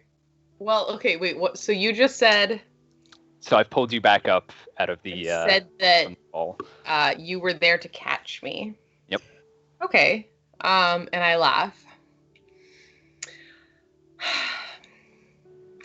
Well, I guess just that you were here to catch me. Yeah, you're right. And I guess that means that I'll have to catch you too. And I just find that so funny. Oof! Love it. Oh, it's so sassy. Oh man. You're literally begging for me to help you. Anya, like sort of blushes slightly, and giggles. Well, I guess I did bring that on myself. Perhaps it's something I really should work on. Is being more self-aware and knowing what I'm good at. I guess you should play to your strengths too. And she like steps on your foot as you're like coming past her.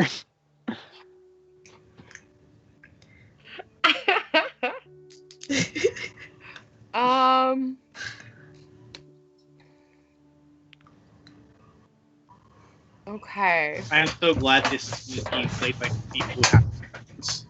Yeah. Sorry? I'm so glad this scene is being played by two people who have siblings.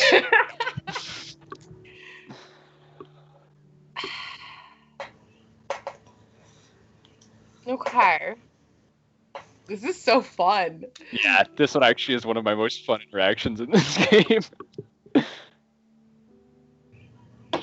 Okay, you have the opportunity to draw me close and hold me for a moment. Do you take it? Oh. So you Yeah. just stepped on my foot. You know what? I do. Dear sister, while we may not always see eye to eye, and of course I will one day lead this family, perhaps it's in our both of our best interests to make sure that the name isn't sullied. And maybe it's not best if I'm the one to do that. Are you saying that I sully this family? No, I'm saying that maybe I made a bit of a blunder, but perhaps you have the opportunity now to save face and help me out. Of course. As always, I get to come to your aid. Lead this family. I think that's a good scene there. I loved that. That was fantastic.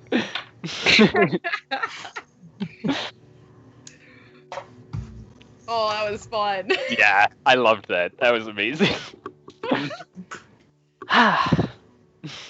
Just gotta find more opportunities to sass each other. Yeah, exactly. I'm so glad I chose the noble family. It's so good. I'm so glad we chose to be twins. That's Yup. I guess at this moment the dance instructor says, "All right, that's enough." Like he's been listening to us talk, and he's just like, Yeah. "I'm done with these children." Oh, perfect. Perfect. I think it's a point when like he's been training nobles for a while, and he's actually glad because he's like, yes, they are learning how to play the game while looking like they're not playing the game.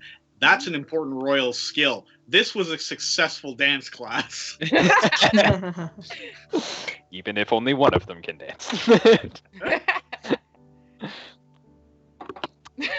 Well, you need. What's your move? Okay. Well, I think there's only one option after that. Sort of pigeonholed you. I'm sorry. For the solitaire,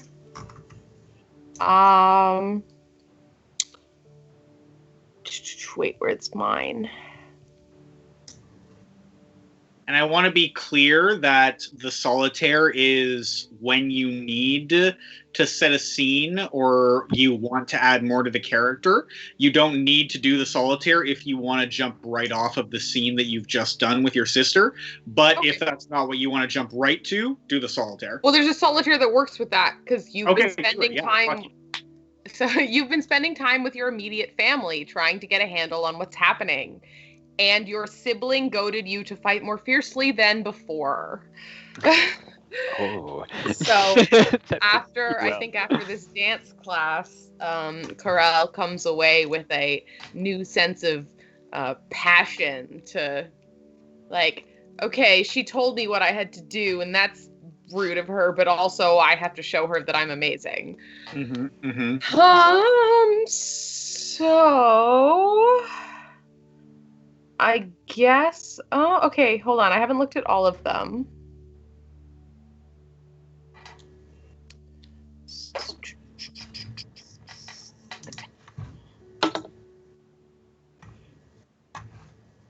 I kind of want meeting sword to sword. Okay. Obviously with Tower. Sorry. Do you want to do that in our mobile suits? Or is this like a meeting each other in town square kind of thing?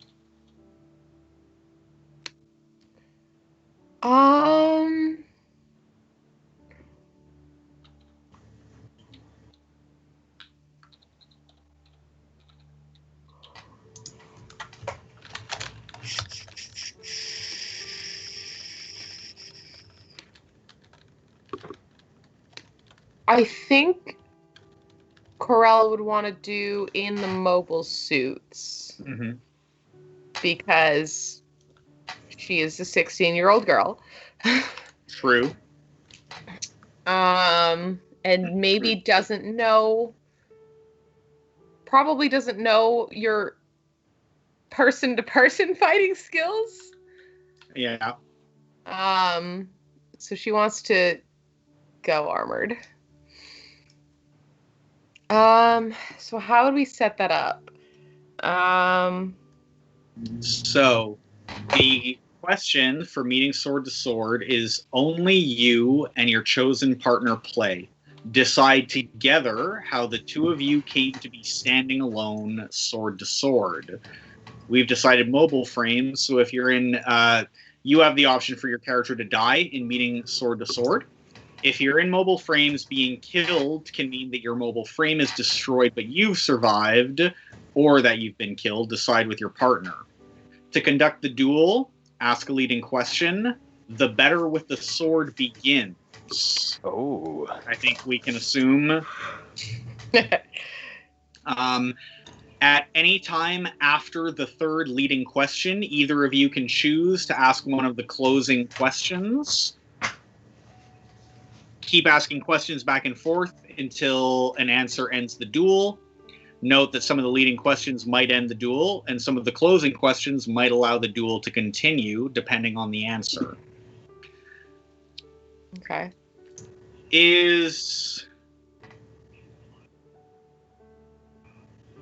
Corel the type to, like, do a glove slap style cultural challenge to a duel in public, or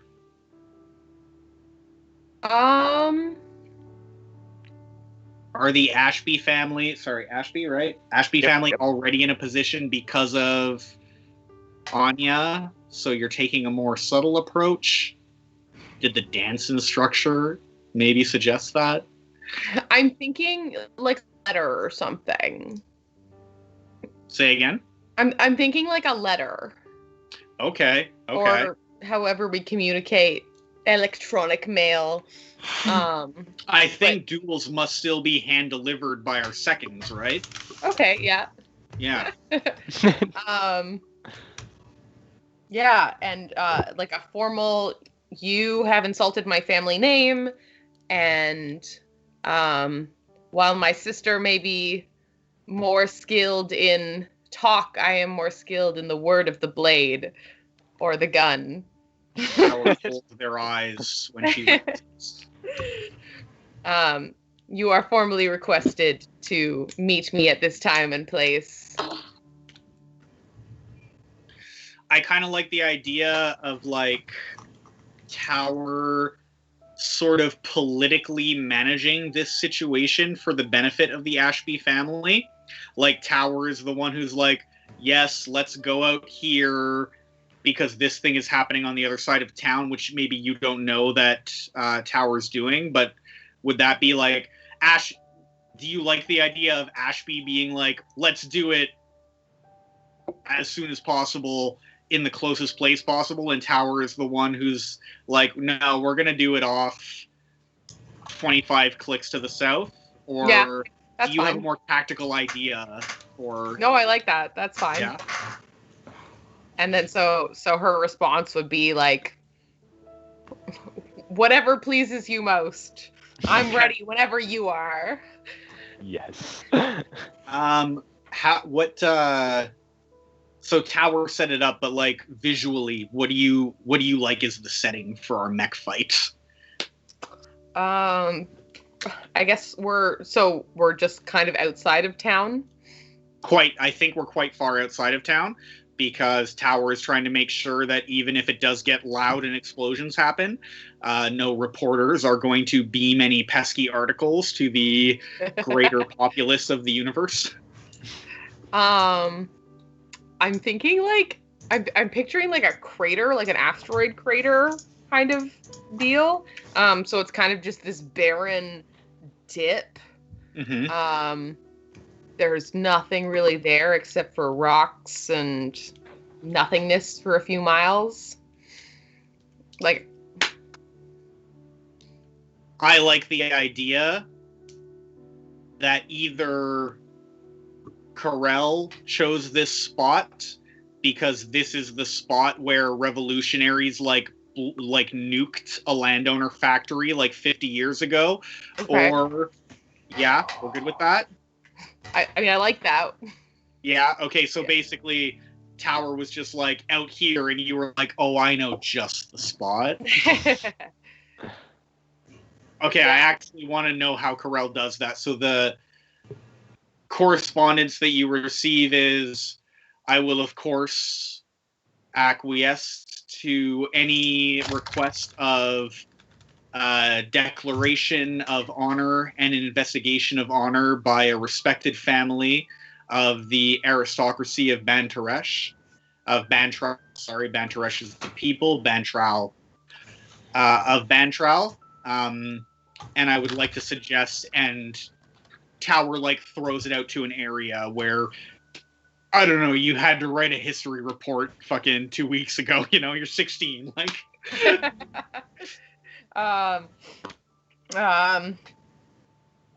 Since you leave it in my capable and knowing hands, I respectfully request that it be in the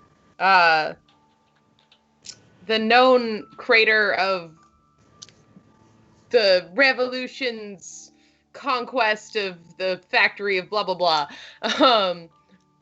where righteous people stood their ground and vanquished those who would try to conquer them.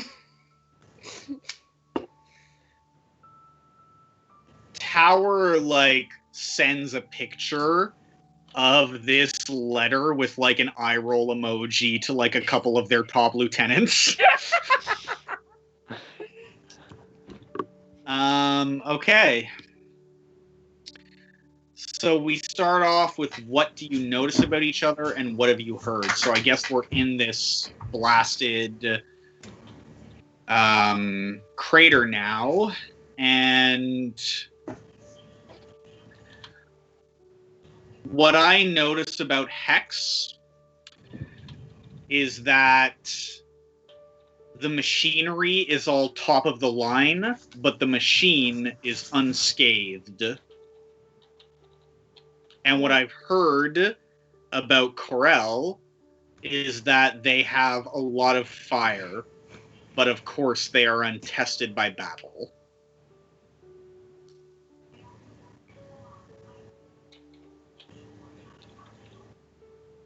Okay.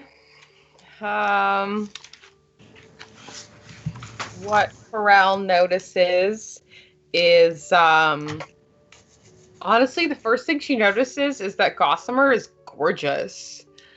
It's a beautiful, unique machine.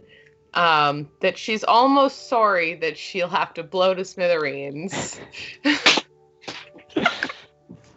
You're going character ghost sister? Hell yeah. And she's heard that Tower is a tactile just genius and is ready to test herself against this weathered soldier. Okay. I get to make the first move.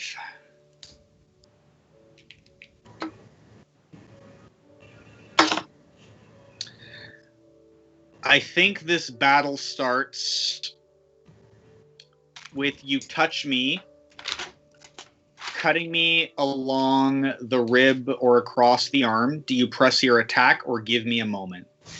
I think that Tower in Gossamer went into this fight expecting a child as timid as Anya was, and is not prepared for the immediate fury of Corell's attack. So you touch me, cutting me along the rib or across the arm. Do you press your attack or give me a moment? I think Corell will press the attack. I guess get you along the chest. And she pushes into it. Can we talk to each other? Absolutely. Over the intercoms, 100%. So Can I just quickly retcon something? Not retcon, but I haven't put anything in yet. But I would really, I know that I've talked some shit, but I really want to make Tower of an appropriate age, because Tower has a crush. Oh. Are we comfortable with 19 and 7? I guess, no, that would make my, like, talking shit about being young so funny, but, like, also... Yeah. Pharrell has definitely, like, been a career military since, like, 15 or whatever, so they've actually seen some shit. But, like, how far are we willing to stretch that? Because I'm feeling it, and I want it to work. I mean, I was definitely going to go that way anyway. I want if to it was also just go with it and not one-sided. have to chill kid. I don't know. Can we do, like, 1916? Cool. I'm okay. Please do your that. thing. Yeah. Okay. Cool. So Corell pushes into the attack and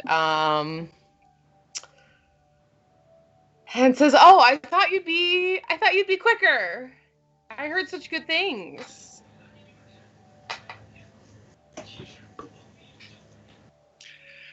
I guess mine is the next question. While you think of the next question, Tower is going to say,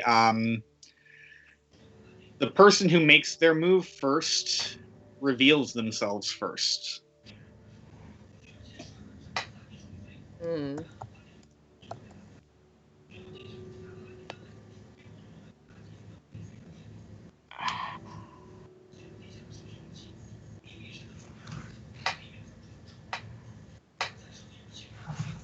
Okay, I pretend to falter and dip my blade. Do I draw you out, or do you recognize the ploy and hold steady?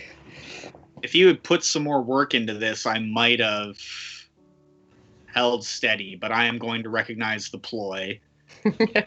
You open your first attack and you immediately talk shit without even assessing. I know you're riding high. I kind of dig it. But I am. I'm gonna recognize deploy and hold steady. So you dip your blade and feign, and Gossamer's wings, as we both take that step back, close around Gossamer, and so you are completely blocked by these iridescent shields as the as Gossamer like shoots back 50 feet through a propulsion system that you can't see, and then the wings open again.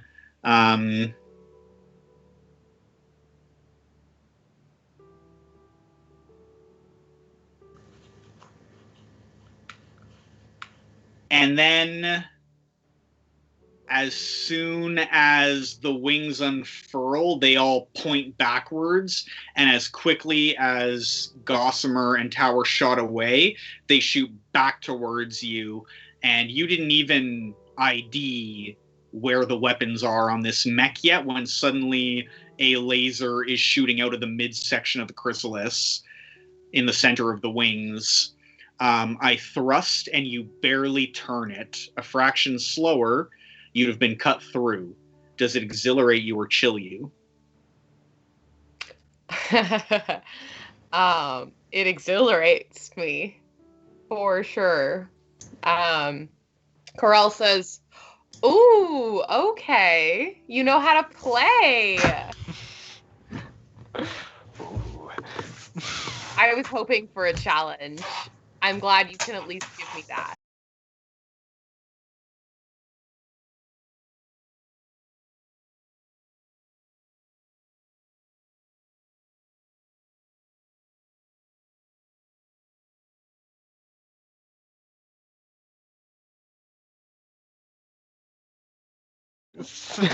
Don't want to lose this.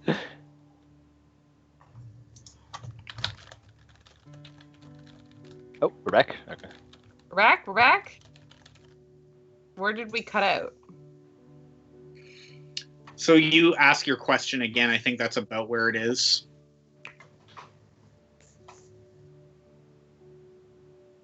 So, okay. If they got what you did, then, so we circle sword tips touching. What do you say to me? So I imagine, so you've come at me and I dipped out of the way, and, I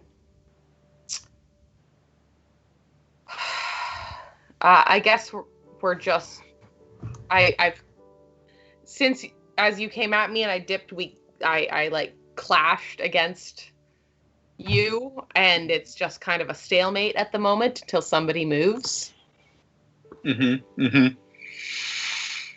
So we're circling. What is the action? What is the, like, you said that Hex has Ava like combat arms, but Yeah, what is its like swingy weapon, melee weapon? so I think it's just the arms. Okay, cool. So it's like an oval pod with the swinging arms on the side. So I imagine there's guns on the end, but they're also kind of like, they can be used as swords. Ooh, gun blades, I love it. Okay. Yeah, gun blades. So after, I'm seeing the fraction slower, you're exhilarated, and now we're circling, and basically you have these detached, almost windmilly arms, and my sword is kind of like a displacer laser. So there's just like lasers turning on and turning off to like bounce your blades off, as it's the Simpsons scene, like, I'm gonna spin my arms, I'm gonna kick forward, but if you're reflecting, it's kind of like that as we circle. But as we're circling, the Gossamer, the iridescent wings of Gossamer are like slowly closing around and cutting off a retreat for Corel, and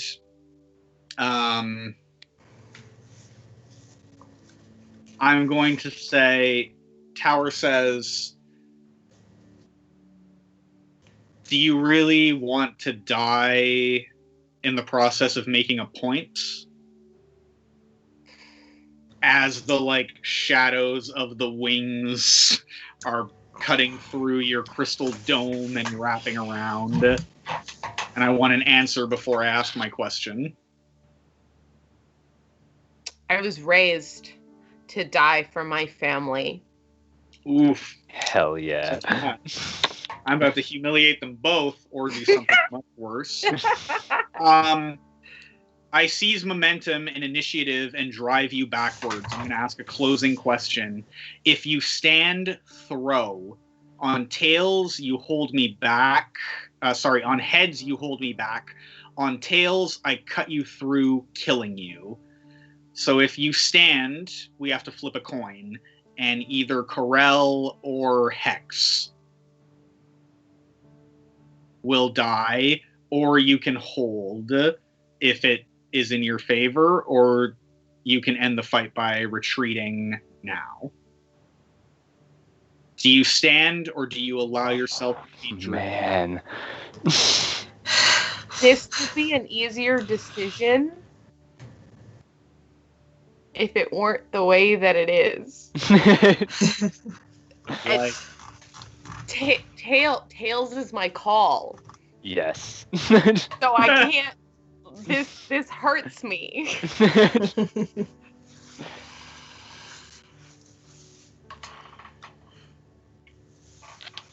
listen, this doesn't have to, if you want to stand, this doesn't have to be the end of Corel. This could just be the end of Hex. Yeah. But this is also the first act, and like, if you want to get in your place, maybe that's where you belong.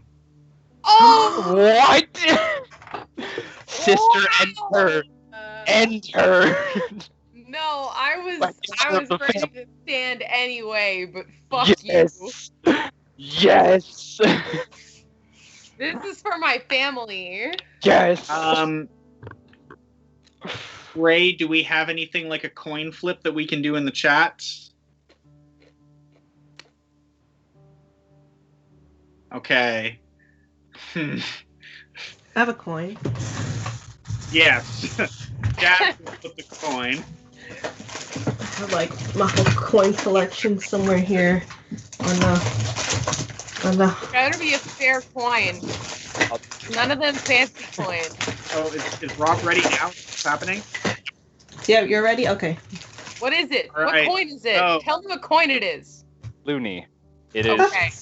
Is Back on 2013. Okay, it's a regular loony. I'm okay with this. Yeah. All right. We're all good. Ready? Go. Sort of, like... Oh fuck! I will redo that. Nah! Tension. I swear. It is tails. Oh man. Hey. So rude. Sister.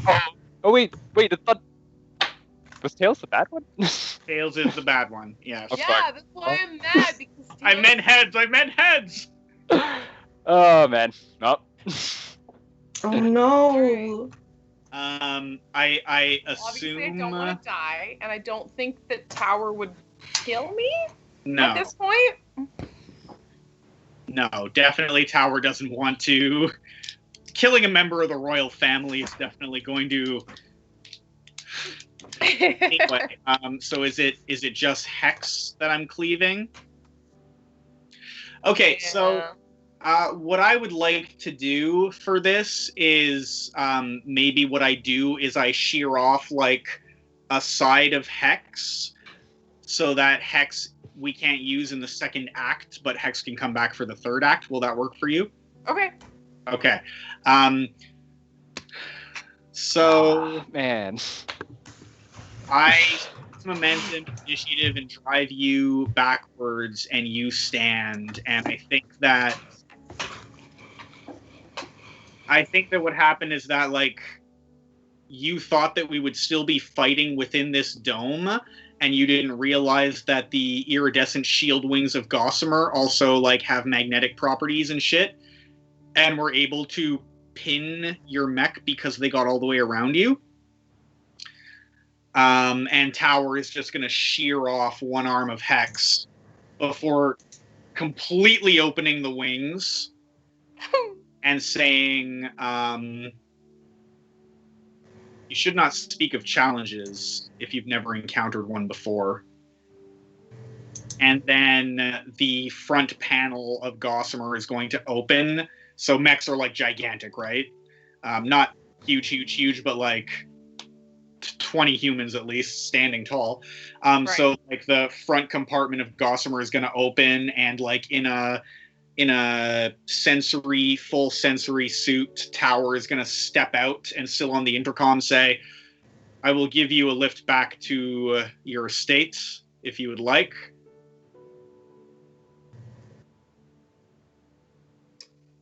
It's fine. I can call someone.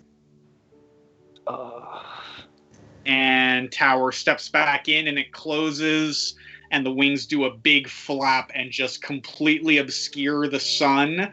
And now that they're not all together and the too many wings are spread out, you are just coated in rainbow light for a second as Gossamer takes off into the sky and leaves you there. Sister, we will end this. I swear on the honor of our family, we will end this. Okay, but the rainbow lights kind of got I'm me. throwing this coin away. It's worth Oh, $1. I'm throwing this coin away.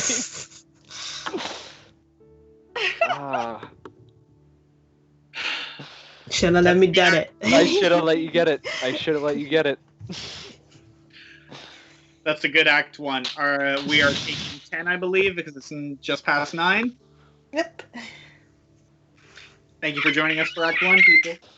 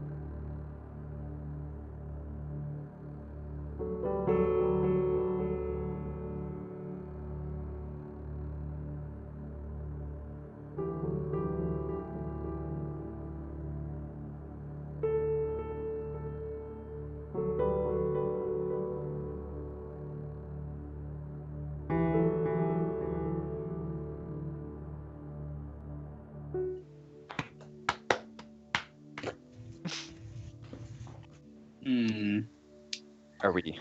Hello. Correct. Hello, we are back. Okay, perfect. You guys All enjoy right. 10 minutes.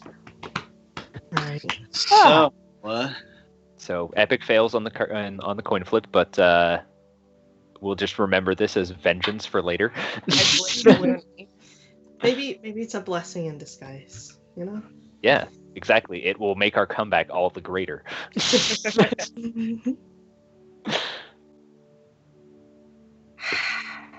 Okay, so who's doing the first challenge? I'm gonna take the first one. Ooh. Ho ho ho ho. I've been tracking revolutionaries and taking them into custody, and some of them were bearing arms stolen from the Bantaresh or provided by them. I might go a different direction than I intended with this. I'm going to take a look.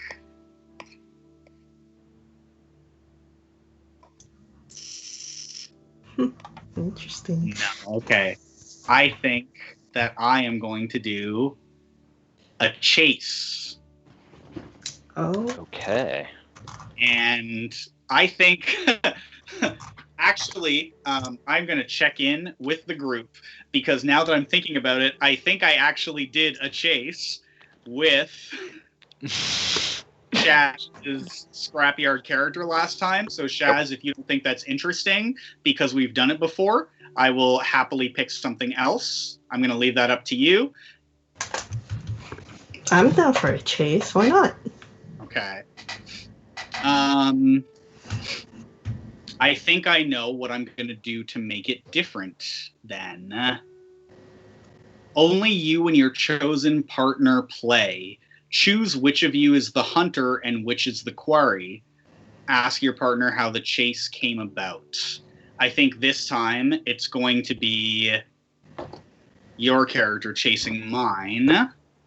Oh. Conducting the chase. The quarry conducts the chase. Oh, nice. First, say where you're going.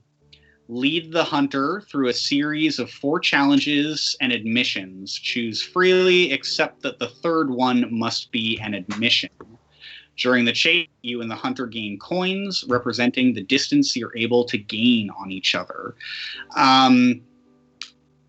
We decide whether we're in our mobile frames, and ending the chase is after a total of 4 challenges, compare coins.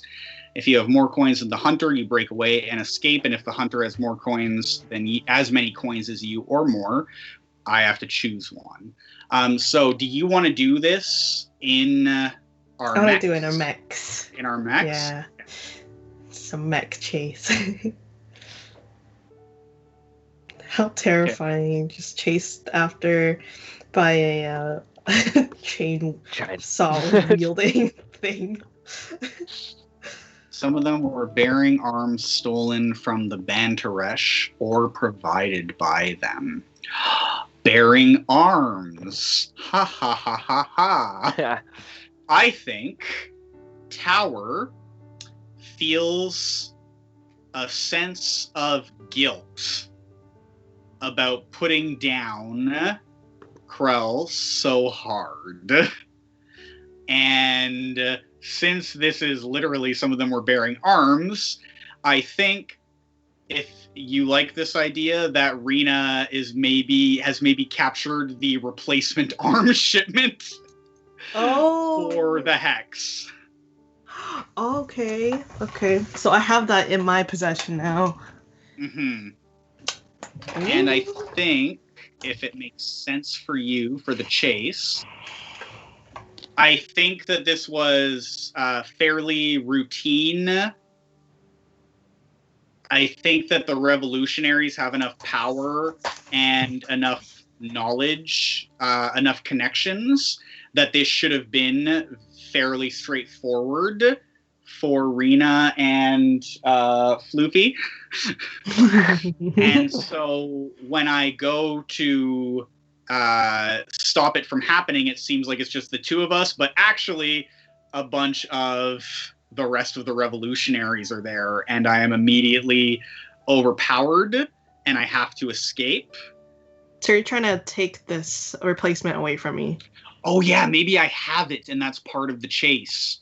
That's is that what I I was actually thinking, like yeah. have this shipment with me. And that's why I'm chasing you, because I'm like, why take my stuff? Well, not my stuff, but Yeah, and I thought that I would be able to, but then like a bunch of the other like scrapyard mechs pop out.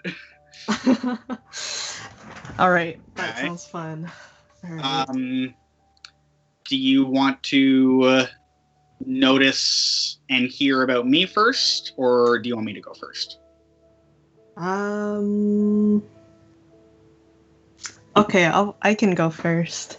And is there like a time that you imagine this happening, like in the off hours, or when I think are you? since we're in our mechs and we can envision a lot of like engine flares and lasers, I think night could be cool. Ooh, okay. It's like a disco. Yeah. Let's say I am doing my routine check on my storage, quote unquote, my stolen material from the Bantrash, and I noticed that the replacement part that I had counted earlier had been missing from its original spot, and I go asking around, and I am informed by my other comrades that some odd mech had stormed into my junk yard and started running away with this said part. And you can take it off from there, maybe? Okay.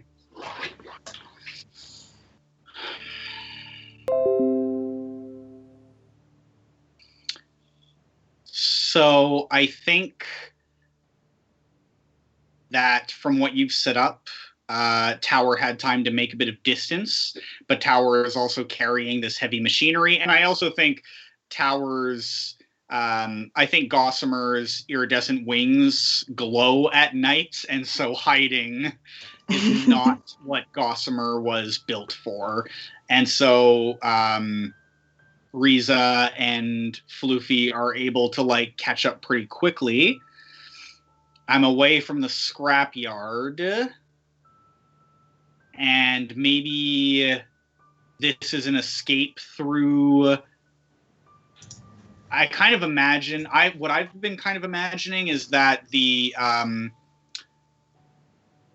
land that this colony is in, because it's like kind of a mineral, the crystals, the crystalline crystals or whatever, are a mineral. I've kind of been envisioning like a desert-ish. Does that make sense for everyone else here, or was anyone else imagining a different biome? We can put ideas together if so. I actually didn't have a biome in mind. Yeah, same. I'm sort of thinking like moon-ish. Yeah. Oh, okay. Oh. Ooh. Yes, I am actually willing to like say entirely from this point forward that this mining colony is a moon colony around the planet. That's sick. Yeah, I like that. So instead of canyons, I think maybe the scrapyard. So we've kind of put into place that this colony has been around for like 100 years at least. I think Anya said something about 100 years of culture. Yep. And so I think instead what we're actually doing, and this is really interesting for Gossamer because Gossamer is about protecting the infrastructure. It's an old like refinery that was built up for a different resource that used to be here before we completely strip mined it. So it's this old refinery that Gossamer doesn't really want to destroy, but it is close to the scrapyard because when that resource ran out 75 years ago, there stopped being work here, and that's all the junk just happened. It's just convenient. So it's this old refinery with like silo buildings and office buildings and loading docks and large pipes and transport tubes and whatnot, and that's what we're chasing. That's what you're chasing me through. Okay. Okay.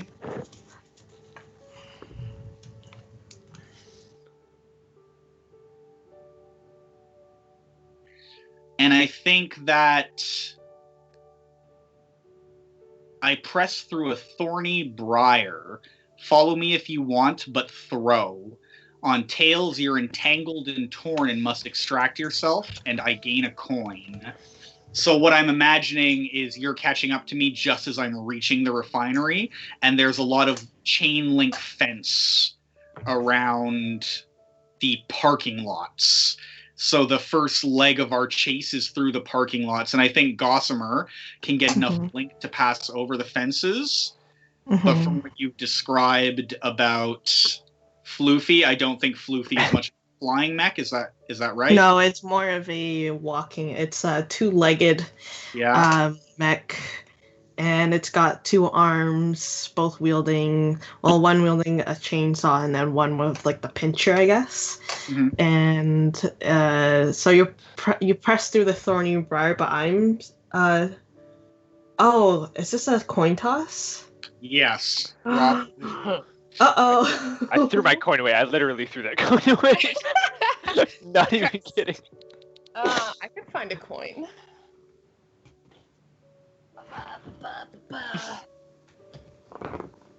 So on tails, you're tangled and torn and must extract yourself, and you get a coin. So what does that mean? So what am I guessing for? Like I don't want to be tangled. So do I guess for heads? Yeah, you are automatically. Let me read it again. I press through a thorny briar. Follow me if you want, but throw. Okay, so the way that it works is at the end of this, we're going to count coins against each other.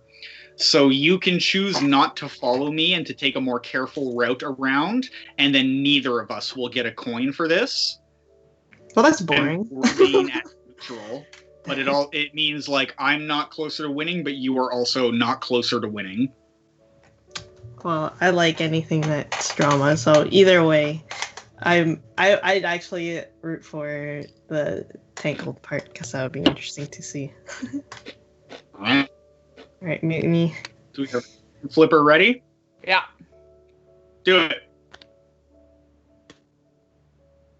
Heads. Oh! Damn. Alright. So, we don't gain a coin, but instead, no, I just follow you through like another route then? I think so. The way that works is that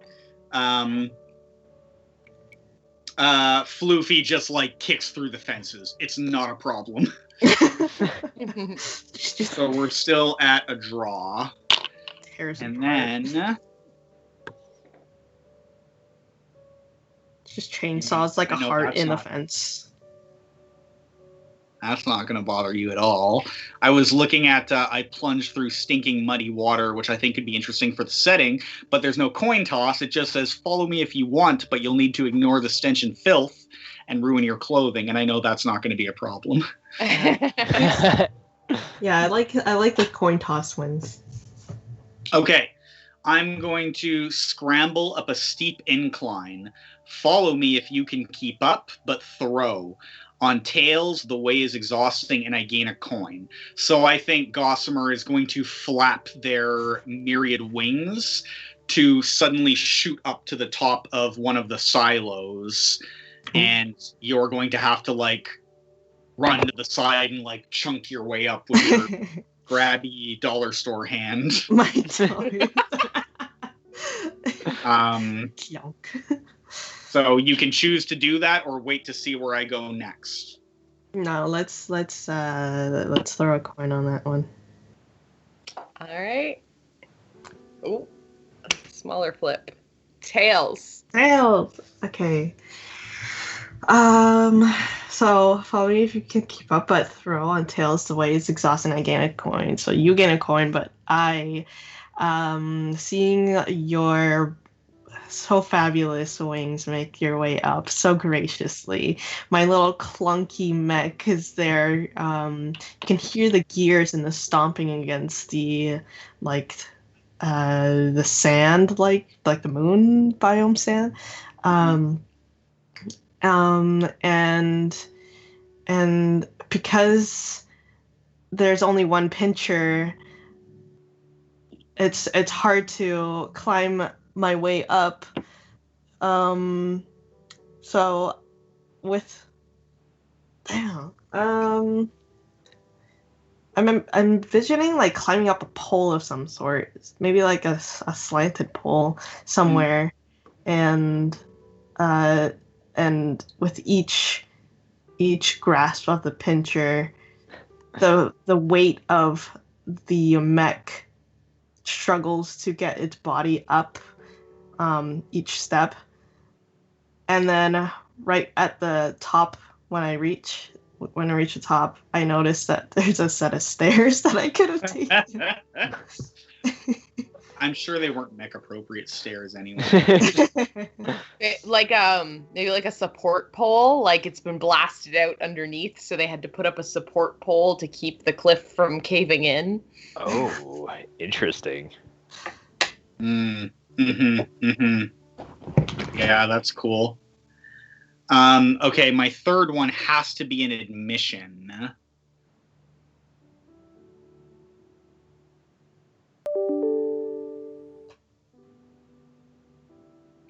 Ooh, this is perfect. Oh, or?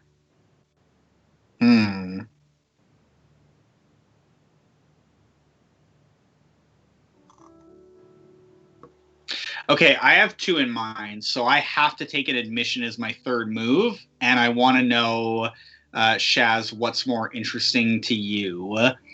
The two options I'm interested in are I've led myself into a dead end, and I have to dash past you to win free, or there are other enemies ahead of me, and I must suddenly change my course. So my character doesn't know this place very well and hasn't been there for very long. And I'm wondering if you think it's more interesting that, like, Rena is able to, like, you as we're running through this refinery, is able to use I guess you don't really have a gun as far as I can see, but you have the buzzsaw arm to, like, throw pieces of junk that you're hemming off of this factory as you run by to force me into a dead end, or your comrades are obviously can be a part of this, so do your comrades block me off? What do you like better for Rena? I like the one-on-one fight. Just having like a face-to-face thing. It's just us two running, chasing each other in this mill. Yeah, totally. I really love the idea of me. Like I pictured this place with like shattered windows and like dim lighting and the moonlight just shining through and illuminating some maybe some scrap metal that had been laying around. And as I'm chasing you through this building, I'm picking up these pieces of glass with my pinchers and whipping it at you. But I am familiar with this area because I guess it's one of those like hangout areas. And then I'm like chasing you through, throwing things at you to guide you into a dead end. Okay, so it says I have to dash past you to win free. So you get me into this dead end, and I think we've said that Gossamer can take off vertically. So I think that basically, like, you force me around a corner that immediately drops off into like an underground loading bay. So I turn the corner and then just go down into it, and there's an overhang, and Gossamer can't take off vertically and has to get out as Floofy, like, in front. Do you want to say something to me before I try to do this, or are we just gonna? What do you think? Maybe I just shout. Don't you think you're greedy enough, taking the things from my scrapyard? And I totally imagine like the underside of my belly of like the mech kind of drops down into like a shovel, one of those like like the snow plow kind of like shovels and starts scraping the scraps and the metal and glass towards you into like a rubble closer and closer towards the chute, I guess. Okay. Is this a throw? Let someone mutiny please throw. On heads, you head me off and you gain 2 coins. I dropped it.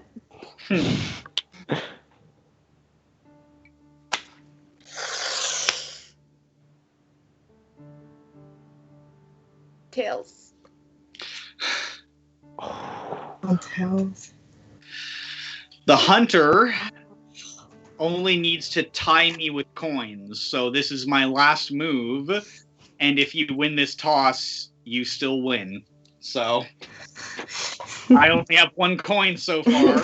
If you had gotten this, that would be the end.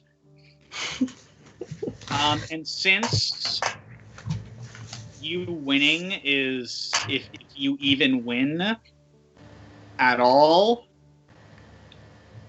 Oh, I could. No, I want drama. Shaz, I respect your drama. I could play this in a way where I could definitely get away, but I love your urge for drama. So yes. I'm going to go for an admission, and either I have to win it now or get away. Let me see. Yes. It's all about risks.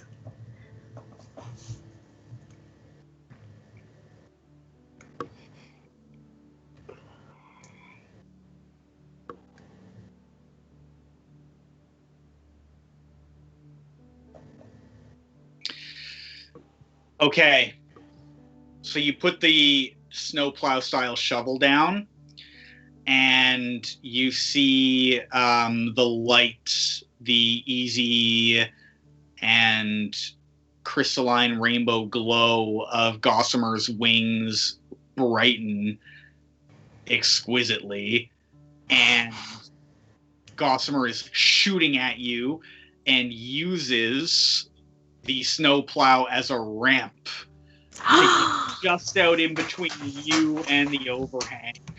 But that gives Gossamer like so much vertical energy that has to be stopped. Like they need to, Tower needs to use all the energy to stop the vertical momentum, or else the wings carrying the arm will fall too far behind and be separated from the system, and you'll get them anyway. So Gossamer has to stop and then land really closely behind you, and can't, because I'm carrying this arm, I can't just get away. If it was just me, I could fly off, go fuck yourself. But this thing can't keep up with me, and if my wings get too far away, they will disconnect from the system, and they will lose their animation. How dare you use my ramp? And so the Gossamer's wings splay out wide and break the momentum and land behind you. And I feel like the impact of the ground kind of like shake as you fall.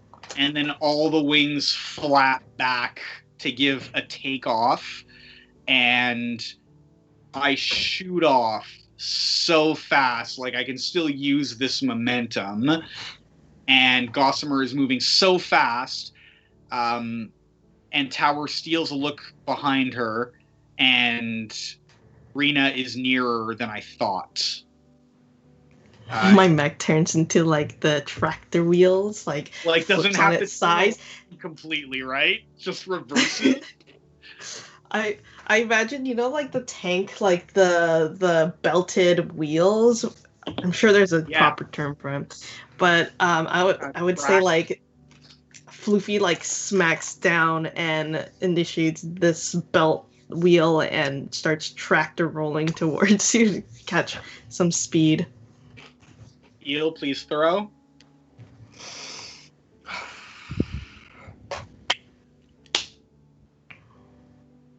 Tails. You ain't fast enough, though. No. We have Why- to end. We have to end Tower Yes. altogether.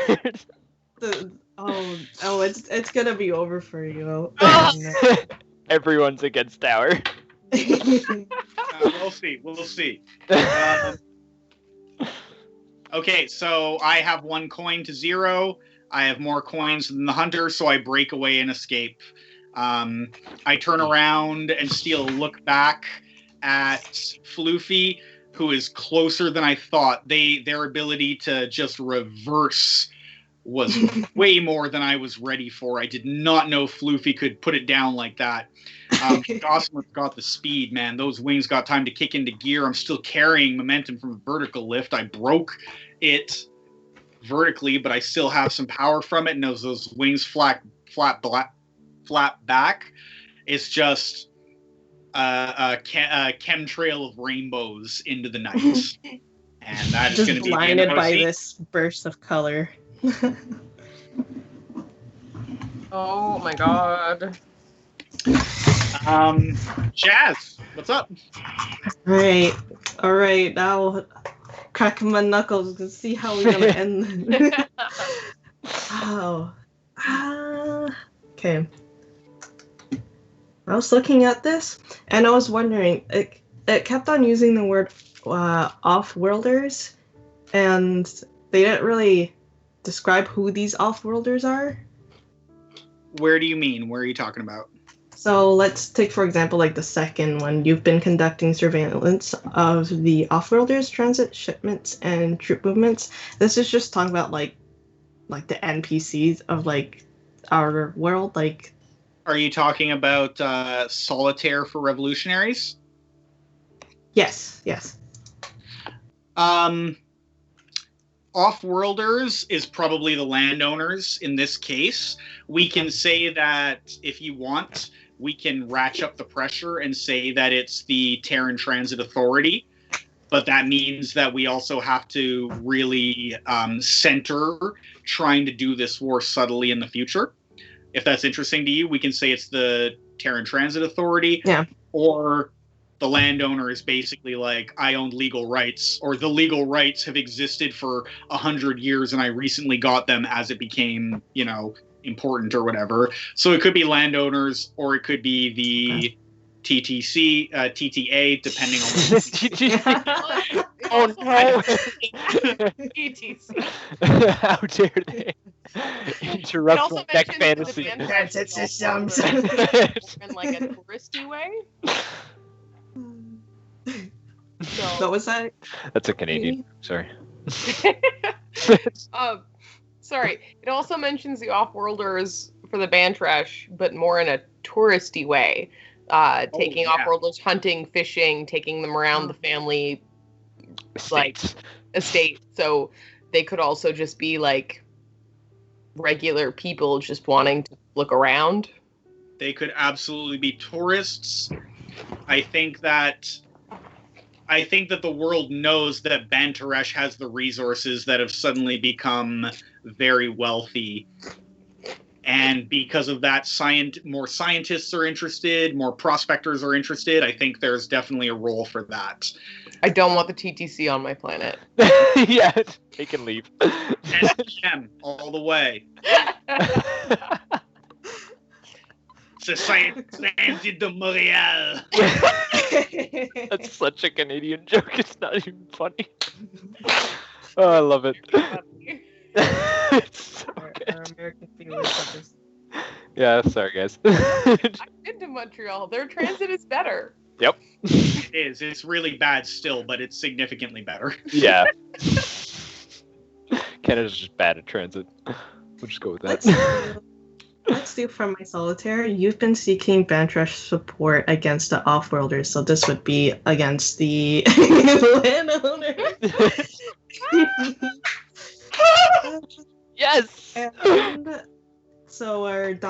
would be, and What do you guys think? And they dismissed you, saying that they did not need the help of Rabble. I think that would add a little bit more sass between our relationship, the Bantarush, and the revolutionaries. Hmm. And I think I'll go with that one. Okay, so then our scene. Okay.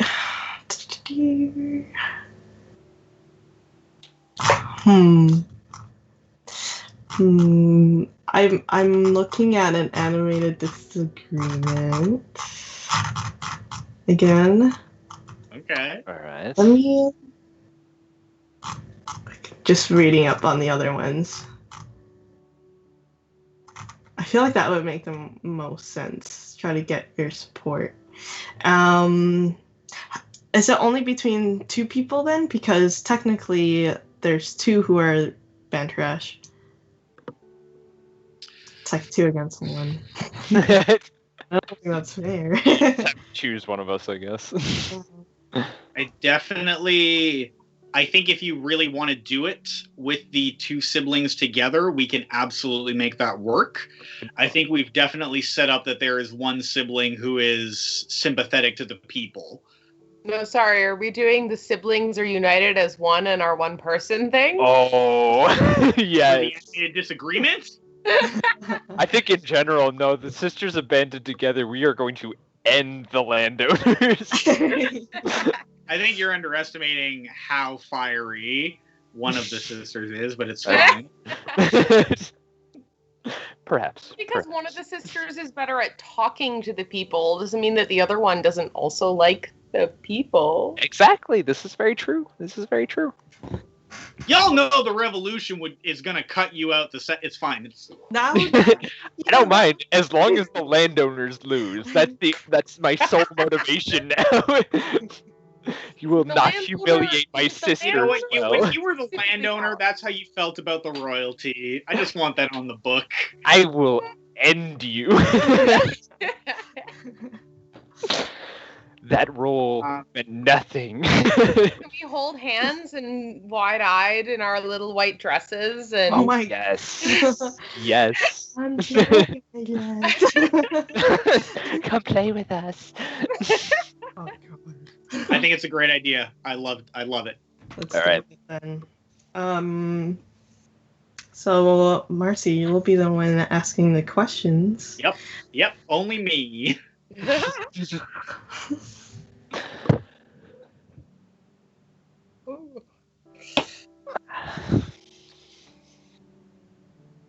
So you 3 together decide, get clarity. What is the matter of the disagreement? Where are you holding the discussion? And I assume it is both members of the local royal family and the townspeople, probably. Mhm. So the 3 of you need to decide what is the exact matter of the disagreement and where you're holding the discussion. I was thinking because my solitaire is so you dismiss me and saying that you don't need my help, the help of Rabble. Perhaps you think that my weapons or my mechs aren't up to standard to fight the landowners. But I would like to work with you, but you totally disregard my quality of weapons. Can we do a thing where Carell is saying stay the fuck out of it, and Anya is saying we need to be together during this time, Yeah. but also you should continue to respect the pecking order? And They're like the angel and the devil on the shoulders. okay. Are you good with that mutiny? yeah. All right. What do you notice about each other? What have you heard? I want this for all of you to each other. I want this between the twins also. Oh. Okay. Can I start? Is everybody cool with that? Yeah. I noticed that, of course, the give me a sec. What's her name? It's on my list. That Rena is, of course, very devoted to her people, and wants the best for them. But I also noticed that, while yes, you do have some strength, you also lack the funding to fight against perhaps maybe the better funded factions, like the landowners and of course the Bantaresh. Like you don't have the money. Yes, the money required. And I just watched season 4 of Peaky Blinders, so right now I'm very. and Killed it. And what I noticed about my sister is, of course, her resolve after defeats. That is what I notice about my sister, because she isn't one to be beaten. And I know this. I was raised with her, and I'm her twin, and I know exactly what she's like. And she will win at all costs. So, those are the two things that I notice. Mooney, would you like to go? Sorry, what was the exact disagreement again? It was that you didn't need my help in a way because you don't need the help of the rabble, or think that I am not capable enough to help. There's also a slight disagreement between me and it's called Corel. So while I believe that yes, they can provide a bit of help to us. Yeah. Disagree. Yeah, okay. So I think what I notice from Rena is obviously that she is not put together. So, wow, you don't think my oil stain? So you mean she ain't done up? You mean we're having a public debate. You should be a little bit more well dressed for this. Sweaty wife beater is pretty formal. You don't think it's appropriate that she's slumming with the people while talking to the people? No, you're supposed to bring your best. Represent. Let them know who's who. And from my sister, well, she's weak-willed as always, but at least she's on my side, I guess. We'll make it work. Yes, we will make it work. Okay. I You noticed. still have to do yours, right? I notice from Corel that she is slightly distraught from her hex being annihilated, basically, and and I kind of laugh under my breath because of the quality of mech that she had was just, in my opinion, just for looks rather than function. So, and from this, it gives me the impression that you are not well equipped for a fight than you may think. And for Anya, I think that I see your commitment to help others, yet you don't know exactly how to, you haven't gained the skills to fight, or haven't been in many opportunities to practice your fighting skills because you've been brought up in more bourgeois and noble setting where fighting isn't really your expertise. And one thing between you two, that you guys sass each other, and I noticed the sibling rivalry, yet I noticed that Anya, behind her sass, really wants to help her sister make things right. Yeah. That's so sweet. So the way I'm going to do this as the audience is that I am going to ask one of the sisters, and that's the one who answers that question. All right. And then Shaz will also answer the question.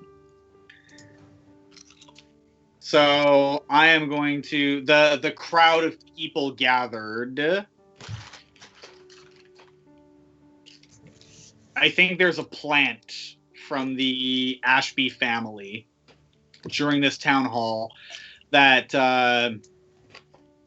calls out. I think this one will be to Anya. Is going to call out. Do you have a title? Is princess appropriate or? This is our plant. What a what a bastard. Princess is not my title. No. Sorry. Out of character. Sorry. Okay.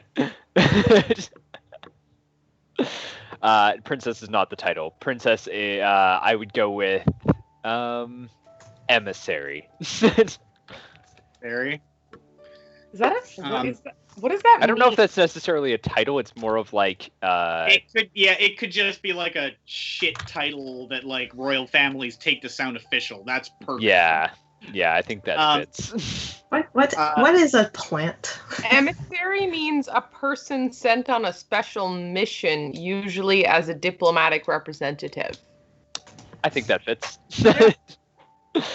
But yeah, a plant is usually like somebody that we would fund to put in the crowd to say, ask us questions that would favor us. Oh, okay. That's why I was like, I thought the question was, are you princess? I'm like, hold up, we put this person here.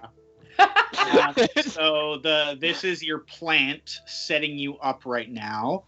And they're going to say, Emissary Anya,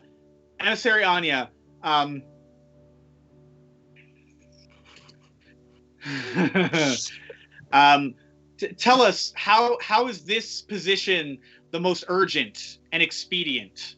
And you're allowed to take your personal position for the two of you. When I ask you the question, I'm going to take your position, not like the combined position for like the judging after. Okay. And sorry, I just want to like add in my bullshit, right? Oh. Huh? I can still add in my thoughts, right? Oh no. No? You're gonna give you're gonna give Rena the win if you interrupt or filibuster. Ooh, sorry. Can we just get the question again? How is this position the most? Did I say urgent and expedient? All right. So your position being the one that is about working together.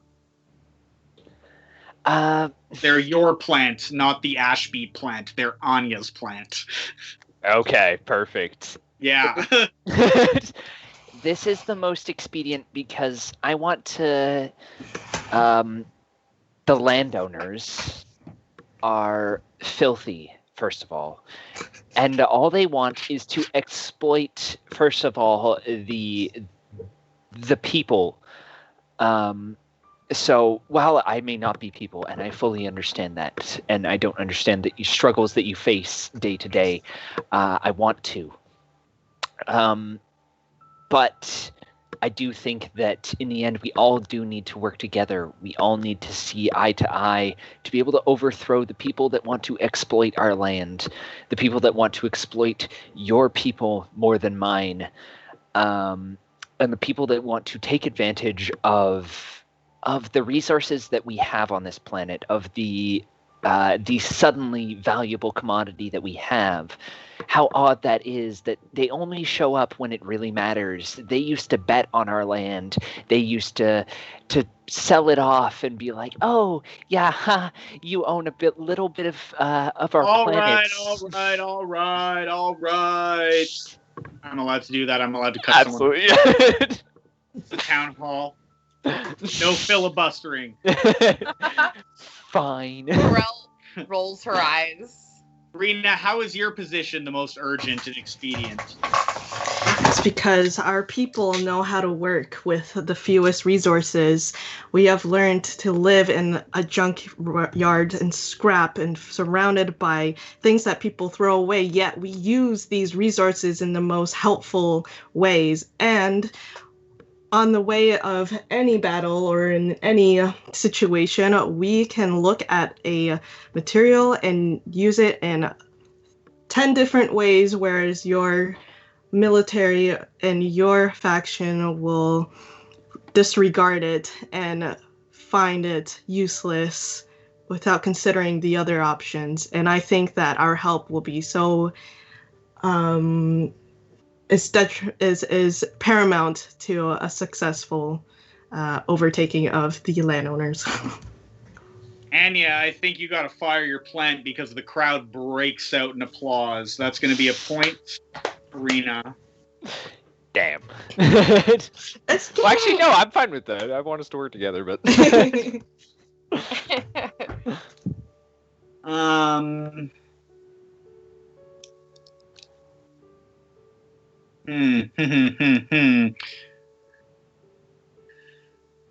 I'm going to give this to Rena, and then I want Mutiny and Rob. You can decide which one of you answers this on your turn. So someone from the crowd shouts out, how is this best for the neglected interests of those of us who have been working the street forever, the underprivileged, those of us who have lived, we've been born and raised, and we die in the mud? Why is this best for us? Because this is our opportunity to prove to these nobles and these bourgeois people who have always neglected us, to prove our standpoint, our position in such a filthy world, and show and prove to them how great we can be. And then we'll receive our honor. The crowd is cheering. Which one of us wants to take this? I don't know. I got nothing. I got something if you.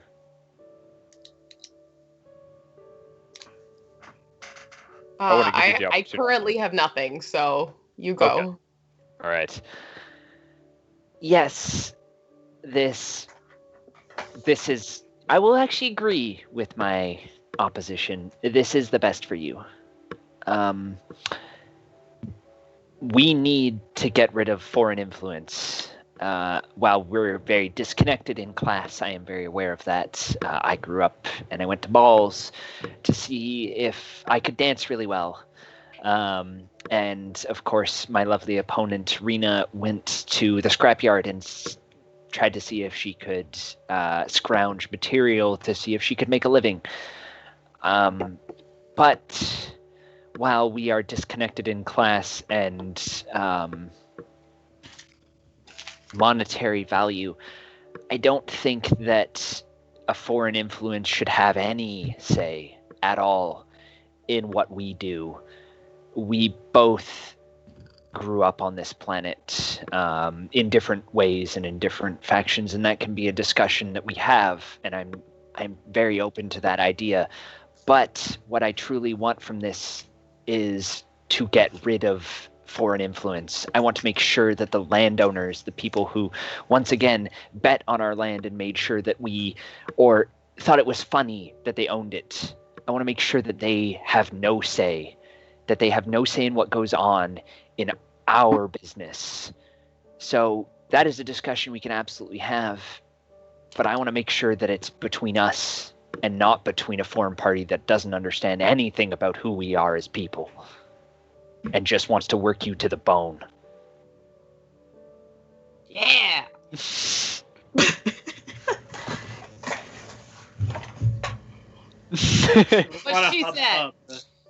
What she said. Grumble, grumble, grumble.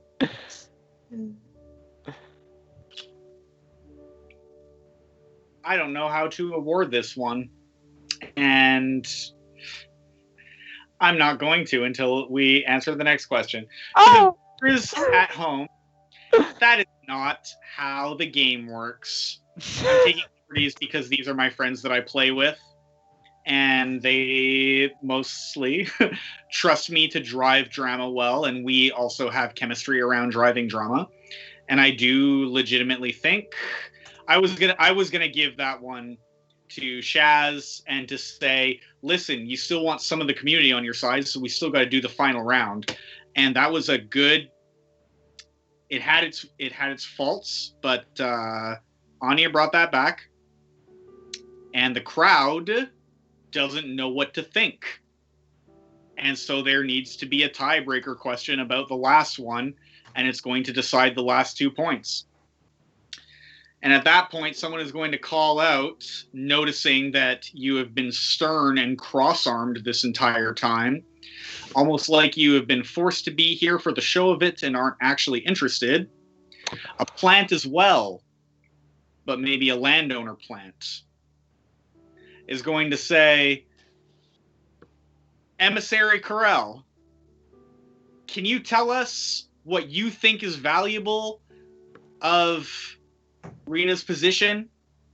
And the question I'm asking is, please explain how the other position has merit and is worth real consideration.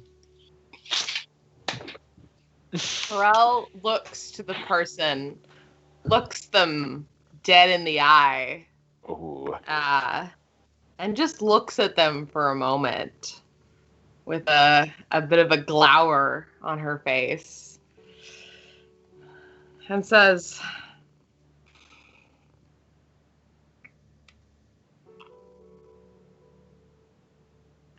the landowners want to bring us work, money, jobs.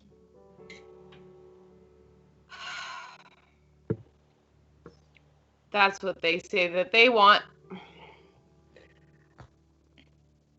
I don't believe that. The revolutionaries want to drive them out. And I can at least agree with that. I don't think the landowners have any place here. They don't live here. They didn't grow up here. This is our planet. And at least the revolutionaries know that. I may not agree with what we do with the land, but I know we have one common ground. We want our planet. It's ours. We grew up here. We lived here. We toiled here. They didn't. This is where we are united. Hell yeah. There's a lot more hub in the crowd. Rena kind of goes like that. It's like, I agree with how we stand united in this predicament, where we both see that the landowners are people that we do not agree with, and does not match our beliefs of how our community should be run. And I believe that it is worth considering by opponent's position, knowing that they have run this community for far longer than us revolutionaries were able to. They have stood their ground and made their mark and was able to maintain that position far better than we have. So maybe they do know a couple things more than we actually think we believe to. And that we work more from a fiery anger, and rather we should take a look at the careful planning behind the bench rush. Yeah, that is all.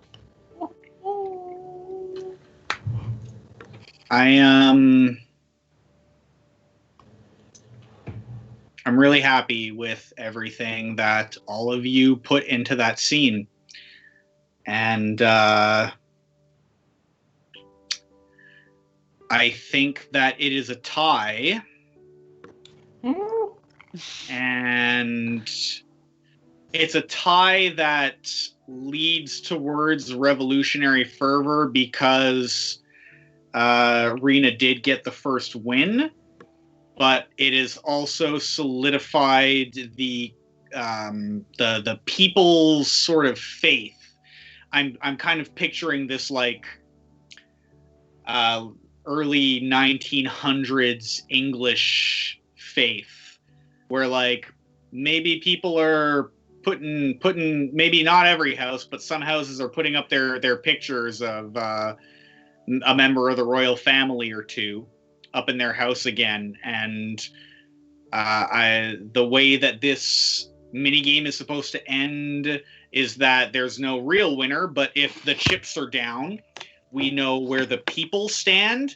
And I think what this is established is that the people are firmly against the landowners, and they're still up in the air about the Bantaresh and the revolutionaries. And that is how I'm calling it. Yeah. Hell yeah! Yay. That was a really good round. That got me thinking. That was awesome. I think Tower was in the crowd, and I think that got Tower thinking. Thinking that she needs to shut all of you up. Thinking I need to destroy that filthy butterfly. Rob, it's you up. Man. Oh shit. Man, Okay. this is so fun. Yeah, this one's awesome. I almost do want a free for all, but at the same time.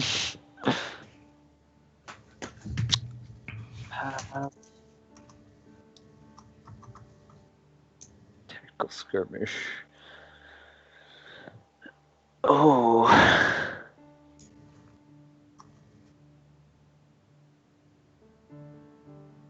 You know what? I could leave that one for Mutiny's character at some point.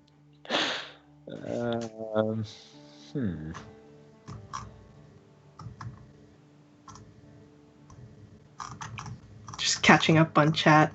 You know, who is it? Fox Rider who got strawberry milk. I'm gonna get me a glass of strawberry milk after this game. Heck yeah. So what's up? I'm debating a tactical skirmish. Mm-hmm. I did want a free for all, but I think this gets the same point across because a free for all would not be in faith with the last scene. So,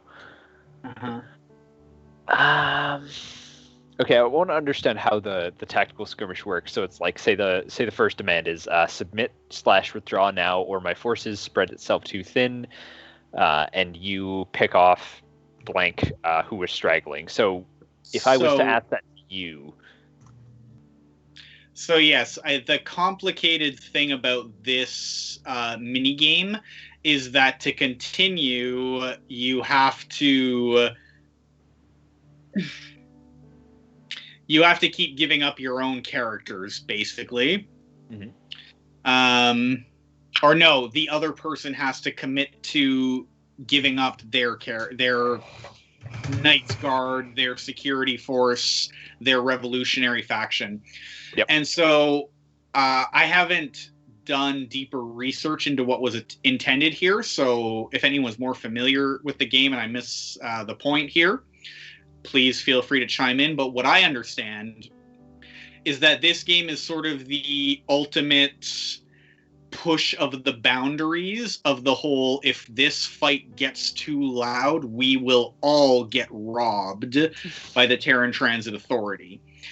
To push this fight further, you have to increase the blood of the Vendetta instead of the finances of the Vendetta, and you also have to increase the chaos of what's happening. And so a tactical skirmish, as far as I can tell, I don't find the explanation of it clear as far as how it's supposed to reflect on the story. But basically, like, yeah, you can win this fight and you can decimate the opponent for sure. But the cost of that is that the Transit Authority is going to draw attention. And also, that person might stop caring about money and might just come to fucking kill you all at a certain point. This one, to keep going, you have to keep killing your opponent's people and every time they kill one of yours, you get to kill one of theirs. And so it's like, yeah, we can go cutthroat with it, but then all the other players are not going to want anything to do with us. The entire culture of the game is going to be that everyone is like, oh, you're fucking all of us over.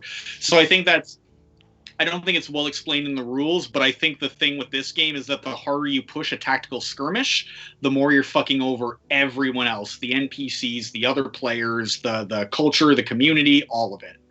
Okay. Yeah. All right, then I'm going to do one we've done before. You humiliated my sister. Uh-huh. Meet me sword to sword. Ooh. Will we be doing this in our mechs, or We will do be you have doing something this- a little more cerebral in mind? Oh. No, we're doing this in our mechs. My mech Okay. is not featured. We're doing this. Okay. This is just more humiliating. Like, you understand that I'll be more humiliated if you beat her, right? that could be the case, yeah. But I might lose. I mean, you're flipping the coin. Anya most cannot beat me right now without making it worse for Corral. I'm okay with that. I mean, there's still some animosity, but yeah, This is your play for like, yeah, I should be the one running the family. it could be. It could be. No, I think my character is very much more of it's in like I hate my sister sometimes, but I hate you all the time. Oh my god, you're so wholesome even when I know I can't play evil. I can't do it. Yes, don't forget to stretch because we got a redeemed a stretch from J. Stitch. Oh yes. Okay. Okay, so we'll be in our mobile frames. Decide together how the two of you came to be standing alone, sword to sword. So, I'm imagining it's less formal than last time. Perhaps like a scouting mission or something. Either one of us is on, and we just happen to show up. Like, both of us arrive at an odd point at the exact same time, and like, hey, what an odd coincidence! You're gonna die. So I'm kind of getting the sense that this isn't a coincidence. Perhaps. Okay, because I definitely think Tower thought that it was like laid to rest for now. And I think Tower definitely didn't think it would be you coming back for round 2. Yeah, I think I'm gonna preface this one at the very start. This is to the death. From the very beginning, this ends with one of our characters dying. If everybody's okay with that, I'm okay with that. Yes. Absolutely. All right. Stakes are high. Stakes are high. I want the stakes to be high. Where do you think we are? Somewhere with a lot of infrastructure. I kind of like the idea that maybe I'm bringing the arm that I stole from the revolutionaries back. And Pride, like, you catch me on the grounds. Maybe there's an aqueduct or something that can be the infrastructure. And maybe you catch me on the grounds, and there's too much pride for me to be like, I'm bringing an apology to your sister, you know? Yep. All right. Yeah? I like it. Okay. Man, I hope the What coin do we flips are good. notice about each other? What I notice about you is confidence. You've beaten my far more military adept sister, the sister that wins the fights, Mm-hmm. and it is about pride at this point, regardless of how Anya feels about any fight in general. this is for the pride of the family, and it's like I don't care at this point. Like, win or lose, this is purely about ego. This is purely about saving face. What I notice about you, white and gold, sun ornament, fights with fists. What I notice is that you have a fighting mech. And I haven't seen your mech before, nor heard of it. I don't think most of the town or the colony has actually seen your mech. I get a feeling that Anya doesn't get in the mech that often. And when she does, it doesn't make a lot of noise. Yep. And I recognize the same sun ornaments from the hex. There's, I think, maybe one on the hex, and there's a lot of them on Radiance. And I know immediately who it is. And what I've heard is that Anya and Karel have miraculously pulled together with the revolutionary movement. That's what I've heard, is that the Bantaresh and the revolutionaries are solidly allied. And I think this fight is going to start with as Gossamer is gliding along the grounds and catches the heat signature and then the light signatures of Radiance. Gossamer, of course, cuts quite a large silhouette. Not silhouette, I guess, because the wings glow. But behind them, as they are gliding along the base of the aqueducts, there is a chrysalis of wrapped up wings, iridescent wings, with the crate with Hex's arm in them. And that is going to slide into one of the arches of the aqueducts. And the wings are going to disconnect and stay wrapped around the crate with the replacement arm. And I don't think you catch sight of them. All right. It says that the better with the sword begins. I am assuming that will remain tower. Yep. Absolutely.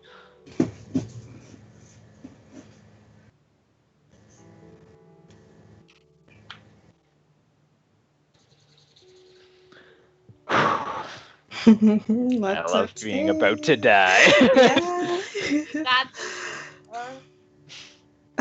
Let's get it, sister. Either way, my sister will have some form of validation. As soon as we are close enough for physical, not for physical, for occidentable visuals. Yep. You see the iridescent rainbow light of Gossamer like flare out brightly as the chrysalis shoots towards you, and so quick that you are barely able to keep up. You feel a tendril wrapping around Radiance's arm and pushing it to the side. I catch your wrist in my hand and draw you close to me. Do you let your sword drop, or do you shove me away and fight on? Oh, I shove you away and fight on. Radiance grabs what's holding my arm, tears it away. And tear it off. Yeah, exactly. Completely. It's not gonna be that easy. I mean, well, not as good as my sister. I've seen her mistakes, and she should have won 100%. But sometimes everyone makes mistakes. And while she'll always be the best, sometimes there's a stumble. Sometimes you need a bit of help. And this time, I'll be her help. We may not always see eye to eye, but somebody's going to end here. You or me.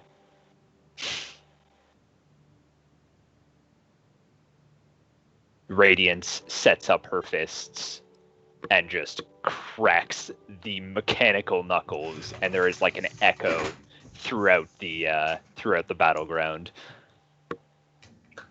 All right, you're going to ask a question. Okay.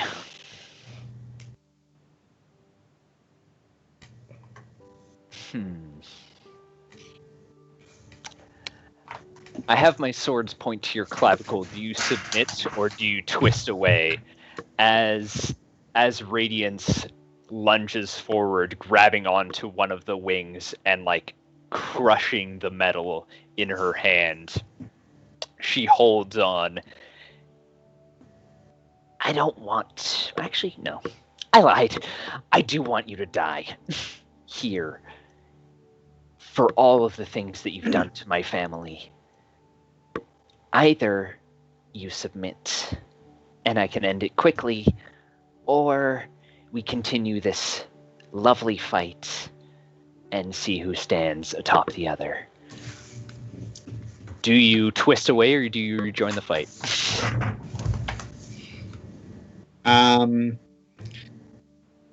You're grabbing on the arm and you... do you submit or do you twist away to rejoin the fight? I phrased that wrong. Sorry. You're grabbing onto one of the shards of wings, and it breaks easily in your hands. It is not meant to withstand... It is meant to withstand hitting pressure, but not crushing pressure, and it just folds. And as it folds, the iridescent flickers out, and where you can feel... When you first grab it, as Gossamer is backing up, you can feel the wing you're holding on pulling you back. As soon as the lights flicker out, that tension dissolves and it just comes off in your hand, and that broken wing is no longer part of Gossamer. I twist away and rejoin the fight.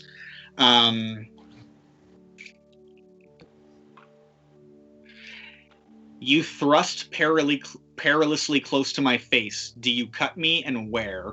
As the wing lets go, Tower says, you children have always lived here. You've never seen war or loss, not through violence, not through combat. Why are you so committed to this? Who are you trying to prove anything to? You're already royalty. And now you thrust perilously close to my face. Where do you cut me, and where? Or do you... The jab from Radiance's like right hook cleaves clear through the canopy of your mech, and perilously close, just the razor sharp edges of of her spiked gauntlet just cut along the edge of the canopy of your mech. Why I'm doing this? That's a good question. I guess family matters to me. You know, regardless of who wins or who loses, the strongest will rule the family. And I want to make sure that they are the strongest. And if I lose here, well, I guess it was Corel. And if I win here, I guess it was me. That's why I'm doing this. Because regardless, the person for the job will lead the family. And I guess I'll be happy if it's her, and I'll be happier if it's me. But it is what it is. Oh, wait. Okay. I want to make sure I do this right.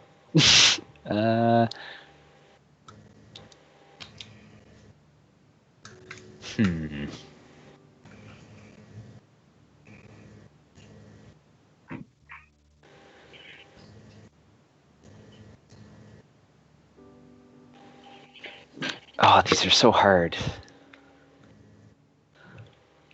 It's okay. You can take your time. Gotta think through it.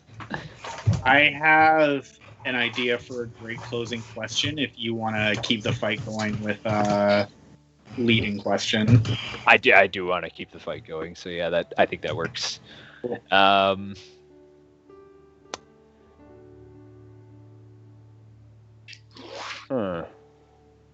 I pretend to falter and dip my blade. Do I draw you out, or do you recognize the ploy and hold steady? So as of course I hammer my fist across the canopy of your mech, I draw back, and as if stepping onto one of the rocks behind us, pretend to falter slightly, holding my left hand back, presenting an opening to you. Isn't this the same thing? I guess it is kind of similar. Do you want me to choose something else? No, I think that's great, Okay. actually. I love that idea of that falter again happening. And as that happens, Tower is going to recognize the ploy and hold steady, but how they're going to do that is they're like close defense, like little laser cannons for warding off, plasma cutter blows or whatever, are all going to turn down as you fake this step back. And the wings that I think usually like kind of curl in, like this is mostly a defense bot. So the wings that usually kind of curl in different layers, except when they're unfurling to trap someone, like they all just completely unfurl and leave the chrysalis completely bare with the rainbow wings splayed out in like a giant like throne behind them. And Tower says, you haven't even fought enough that you can pretend that you have a different teacher. You have so much more to learn before pretending that you are anything like a frontline fighter. As royalty, you should never be one. Stop with this game. And with the entire, like, the system powered down and all of the rainbow wings splayed out behind, you get your sword's point well between us inside my guard. If you drive it home, you kill me. Do you drive it home, or do you step back and allow me to recover myself? I'm offering this knowing that you have intent to kill. Why you make it hard? Damn it. What? Please tell me there's a coin flip for this. No, there's not. If Shit. I want to die, it's my mech. I can choose for my mech to die instead of me. You can't make it a fight to the death unless I offer you a killing blow. Fine. Damn it. Yeah. Kill Gossamer. Yep, I kill Gossamer. I sprint forward, and Radiance grabs each one of the wings, grabbing each one individually, driving it through every part of Radiance's body.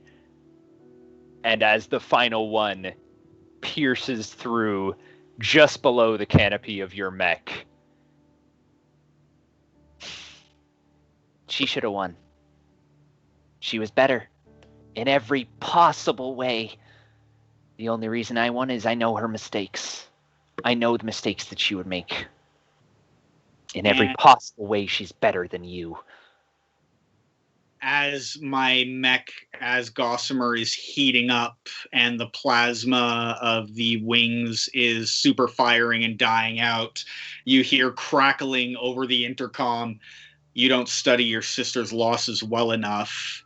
And the compartment where Tower opened to offer Corral, a lift home earlier is in an unusual place for a pilot spot, and you missed it while jabbing the wings into this, and it opens, and a small iridescent pod just like shoots off into the sky, far out of your grasp, and then a counter jet like takes it off in another direction as Gossamer flares and erupts into flame around you. Damn. I love it. Wow. That was intense. I think I'm gonna leave that there. Yeah. I want to say it now. I want to preface this that my beautiful sister Corel should lead this family. Yeah, I want to state that at this very I moment. need to well. Oh, I'm so sad that coin flip lost originally. I'm so sad. That will always drive me insane. It's the entire reason for this fight. no, this is beautiful. Really good. Oh man. So who's next? Mutiny. I have to pee really bad. So do I actually. I know exactly what I want to do. So I will be back in 30 seconds. Uh-huh. Yeah, about 6 to. o'clock, 2-minute break. Damn. I think that we should, when we all get back, have a talk because this game has gone quite late, but I also do want to see a last act. So I don't know what everyone's late potential is, but if we are going to do another last round of scenes, then I would definitely like a quick smoke break. But I am really, really loving what the story is putting down, so I would love to see it. I would love to see it come to a close unrushed. 5-minute break right now. A 5-minute break right now. We're gonna do it right now. Okay. We're Okay. doing it right now.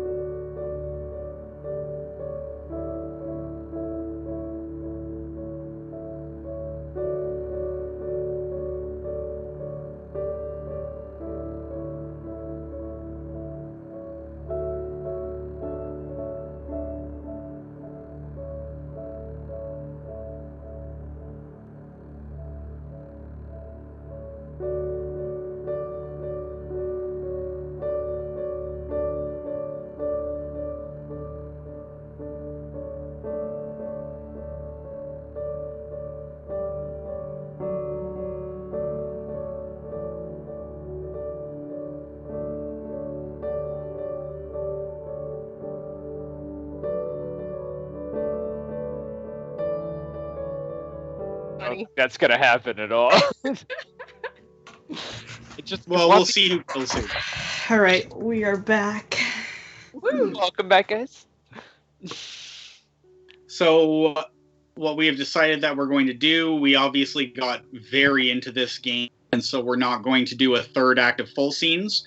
We're going to complete this act, and then we're going to negotiate at the table how we draw this story to a close. But we still have to complete Act 2, which puts the ball firmly in Mutiny's hands.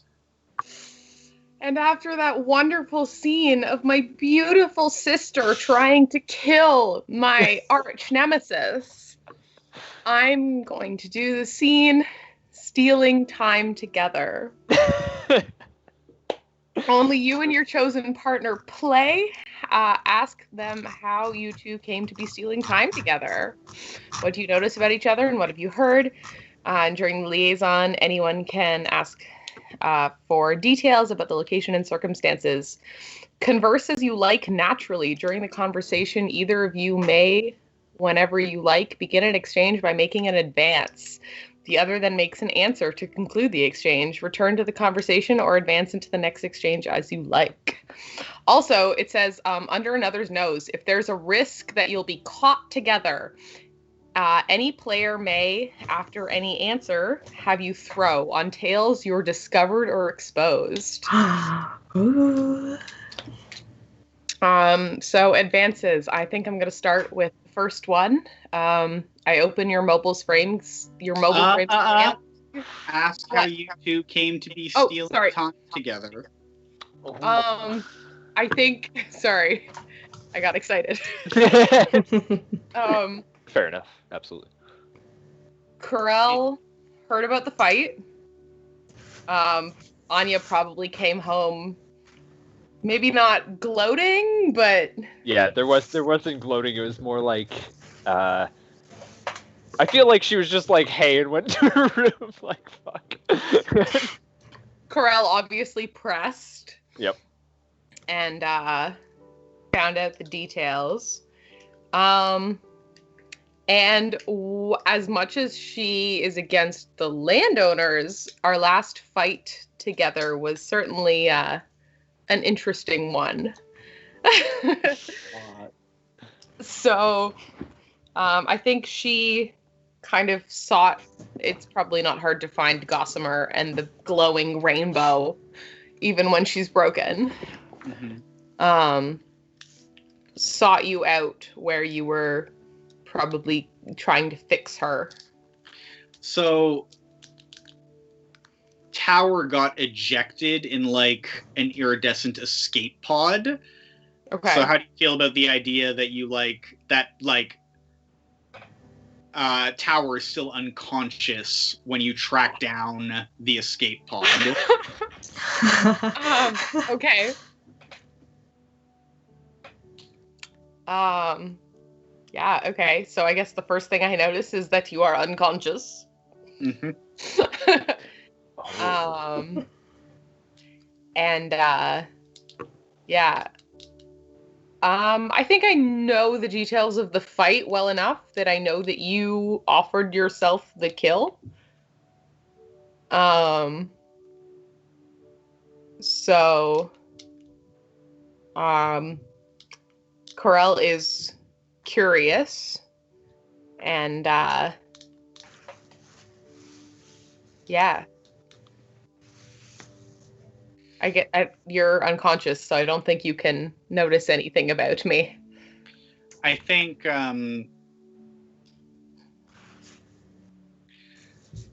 so I heard you want to start with I open your mobile frame's canopy, may I, right? Yeah. Stealing time together is really cute because it's all consent based. It's very sweet. I like it a lot. Ending the liaison, anyone can step in, and also under another's nose, someone can call for a throw. I would just like to ask our other players to like let this play out a bit before they start getting in the way. I think Tower is just coming to inside this small crystalline escape pod and sees through the fog that she didn't quite escape Anya, and a flash of tension hits her body as she realizes that she's about to die. And then she notices the eyes and the stance of the Ashby standing above her pod, and realizes that it's Corel. And her body relaxes, and what she's heard is that Anya organized the town meeting to find the middle ground between the revolutionaries and the Bantaresh, but it was Corel that showed humility and was able to put aside themselves and actually think about what is best for anyone.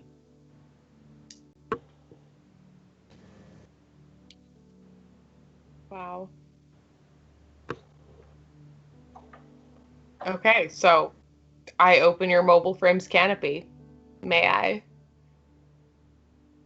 I think Corel sees you open your eyes and sees the tension and the release. And I guess there's like a button on the outside, like an emergency button, and she kind of reaches her hand out to press it and then waits for a second, looking at you. Is it okay if instead you reach out and press it and it says access denied for a moment, and then you see Tower's eyes flicker and it switches to access granted? Aw, okay. And the chrysalis opens.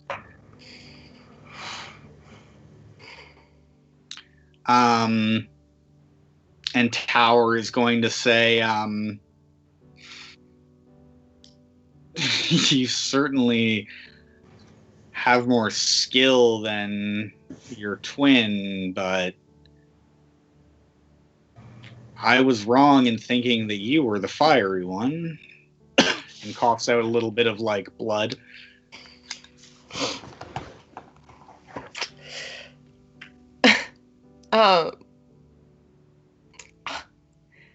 I don't think anyone's ever said that about her before, but she certainly is passionate.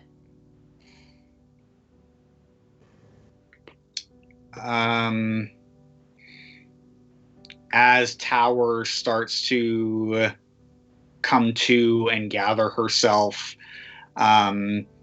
she reaches up and begins unbuttoning the front of her sensory suit that lets her control Gossamer. And after a few buttons, you can see that she is just wearing like a skin suit under it, and stops and looks at herself and looks at you. I loosen my own armor or clothing, may I? Corel watches a little bit and then sees you hesitate and kind of takes a step back and looks aside as like a continue doing what you're doing, like modesty, and says, look, I never wanted it to end in bloodshed. Whatever Anya said, that's not where I stand.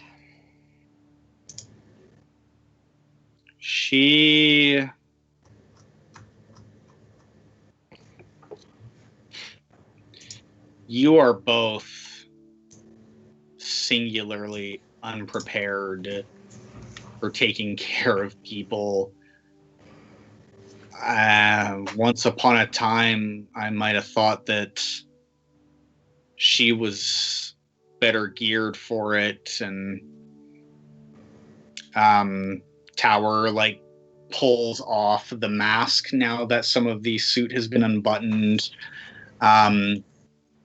And there are burn marks on Tower's neck from when Gossamer was heating up before the eject, and burn marks, actually the hair on the side of her head near the top, near the crown, is melted off a bit, and as she takes off the mask and unseals that part, the smell of burning hair comes out. And she says, I don't think any longer that she can be entrusted with anything, industry or people.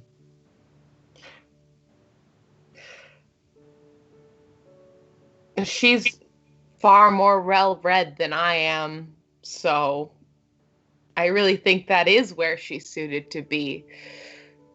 Maybe not in the fighting part, but she knows how to talk to people.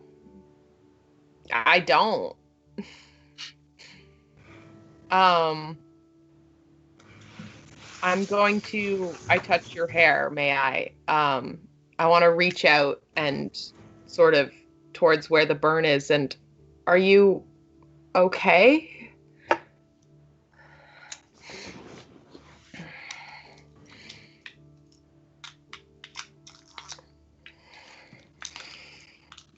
I'm going to take you may, but first I want to do you mind? So as you reach out, Tower is going to put her hand up and take your hand. And then let that hand loosen. Tower wants you to do what you're doing and just knows that you can't feel the pain that she's in, and so she wants to guide you. And she says, I've survived worse than this when I was, well, I suppose not half your age, but not much older than half your age. And you can see that the pain is making Tower like a little bit delirious and giddy. And Tower says, I am more well-educated than your sister. You have this nice little colony, but I've read through. I didn't do my research on the people, but I did my research on you because I didn't know. I didn't know about Rena. Rena's crazy. Do you know Rena? Rena's crazy. I like her. She appreciates a good Twinkie. But I know what the Ashby family keeps in its library, and you can't just study local when we're an intergalactic race of people. I know more than your sister knows. And I still couldn't break the tie between her and a revolutionary. I still couldn't make the people listen to me. You think your sister knows more than you, and that's why she can talk to people, but that's not how you talk to people. You need authenticity to... And Tower's like getting a little bleary as saying this, and then her eyes go into sharp focus.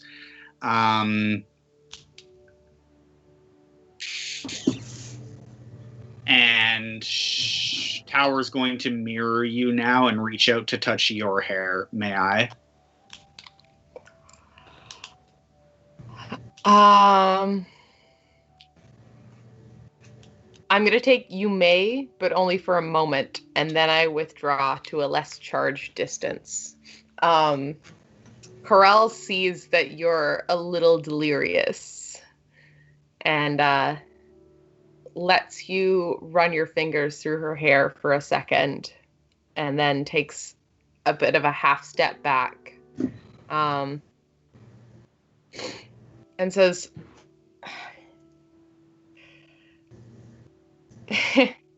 you're right about Rena, that's for sure.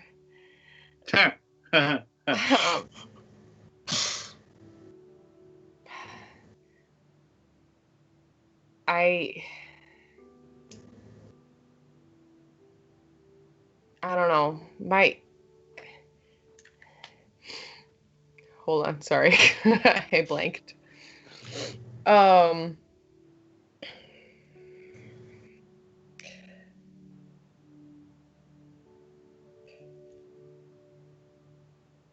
My mind has gone entirely blank.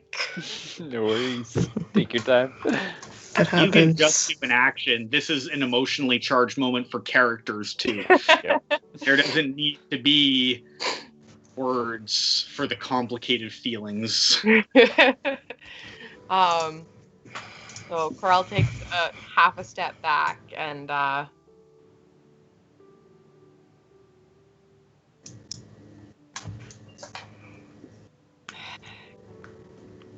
we grew up on this planet. We just want what's best for us. I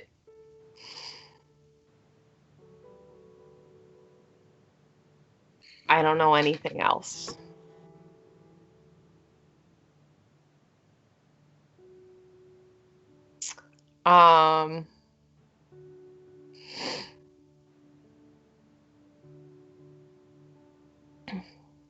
I think when Corel took a step back,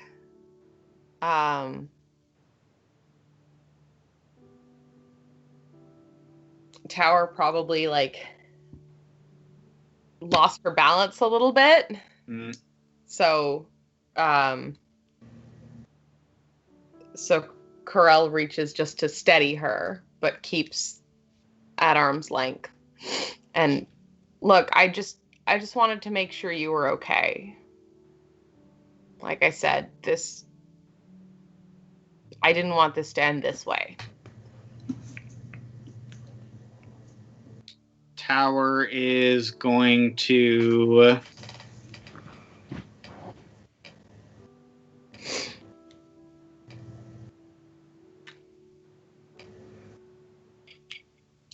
Tower says, I know, you just wanted battle and honor. And that's what we all want. And we just learn that those ideas are complicated, but we still chase those ideas.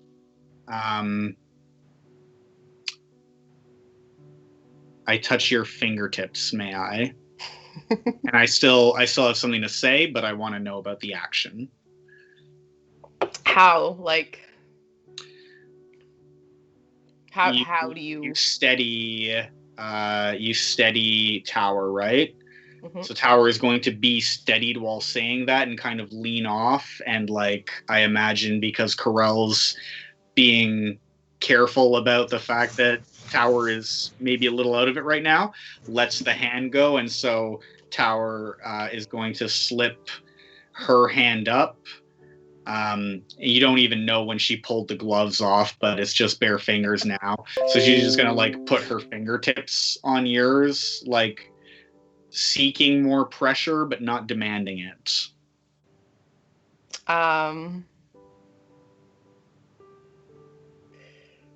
Whew.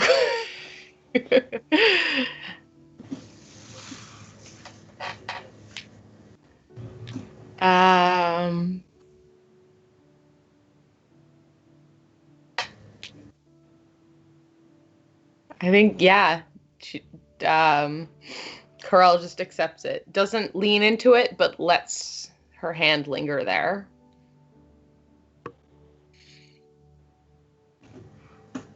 Tower like feels that lingering but not leaning and is happy with that, and says, I was sent here to clear the way, and I find myself becoming interested in different things. And they're like staring at the touched fingers, while she says that, and then she's going to like push the fingers to like push the hand away and retract her hand and say, "Thank you for finding and taking care of me. You're a real one. You know, I've been," and like you can see that they're kind of they're still giddy, but like it's been long enough since they've come to that they're starting to come to themselves, and they say, "You're a real one. I met a lot of warriors in my time, and sometimes you got to remember that young warriors are still being shaped, but if you're paying attention, you can see the metal that will one day be hammered into a mech, into a witchy, powered, hexy mech. And I just wanted to say thank you and good night." And then they like turn away and step out of the Gossamer Chrysalis, and they've collected themselves, and they immediately start punching stuff into their arm pad as they're walking away, and you hear a beep on your device, whatever it is. And as they're walking away, you get the coordinates for a point on the aqueducts, which you'll later find is another part of your mech. And unless there's a closing thing that you have, I'm good with that being the scene. I just really wanted Corel at some point to say, "You sure talk a lot." So I think she'll say that and just, but it's been nice talking to you. As Tower is walking away, Tower is like, "Oh, I sure talk a lot. Yeah, well, you know, when you've been transported up and down the upper echelons of the education system of the Banterell Authority," and they're not talking to you, they're like walking away, and they just talk to themselves loudly as long as you are still looking or in their area while they're walking away, and they just talk. Just starting to back away, like, "Oh, okay, bye." That was awesome. Sorry, just want to preface that was amazing. So we want to be wrapping the game up, but I feel like, does anyone have a particular scene other than obviously Tower and Anya? Shaz, Mutiny, are there any scenes that you particularly want to put on screen? I have no scene in mind, but if Mutiny wants to do one with me, or she wants to do one on her own.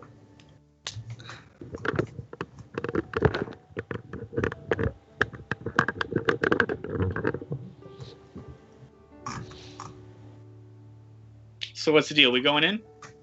I haven't really talked to Rena, have I? I've not talked to Rena either.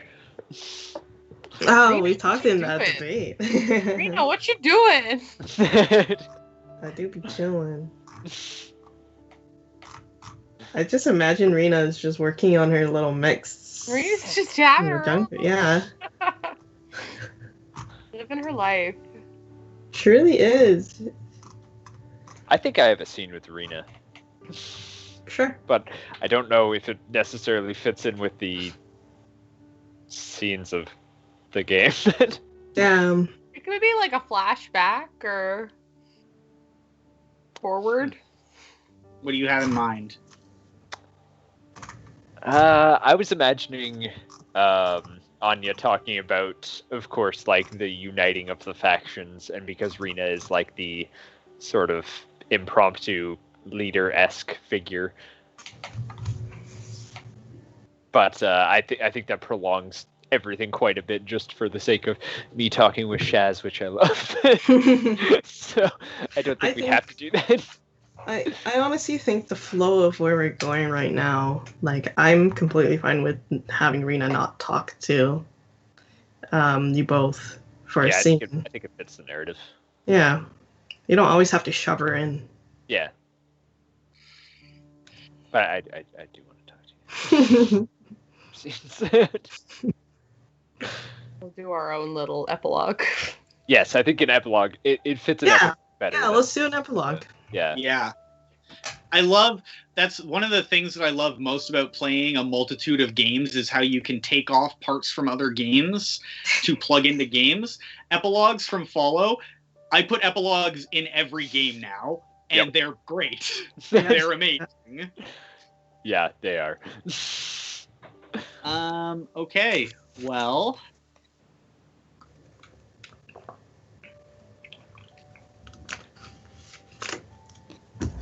aww.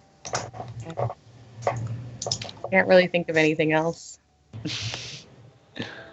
Oh, it's since no one is putting anything up, that means it's my scene next on the rotation, so I get to decide Yep. what happens End between it. myself, between Tower and Anya.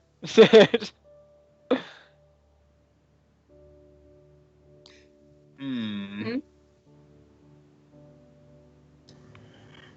Anya's glorious golden gauntlets. Also, Juristitch redeemed Hydrate. I'm out of all forms of liquid. I'm still drinking from my water bottle. There's like a drop left in that. Rob, what do you think is more interesting? Do you want to do this as meeting sword to sword? I want this to be in person, not mechs. I feel that's appropriate for what you set up, especially because my mech is busted up. Yeah. Yeah. Do you want to do meeting sword to sword? Do you want to do a tactical skirmish? Or do you want to do a dance as a sword fight? Or do you want to do a dance as a dance? Damn. And you know what? I like the dance. Solve it. I like the dance the most. But I'm not sure if I want it to be a fight or if I want it to be an actual dance. Ooh. You know what? Maybe chat. Maybe chat has an answer. When in doubt, always ask chat. Social ball. Because I think either could play into it. But it's just which who wants to see more? Which one more? Sorry, I've drank a lot today. Jesus. Capoeira. Capoeira. Oh my. A dance fight. Yes. What do you think about the idea of starting the dance as like a tense social engagement and then it turns into us drawing our weapons during the dance? Oh, I love that. I love that a lot. Into that idea? I am into that idea.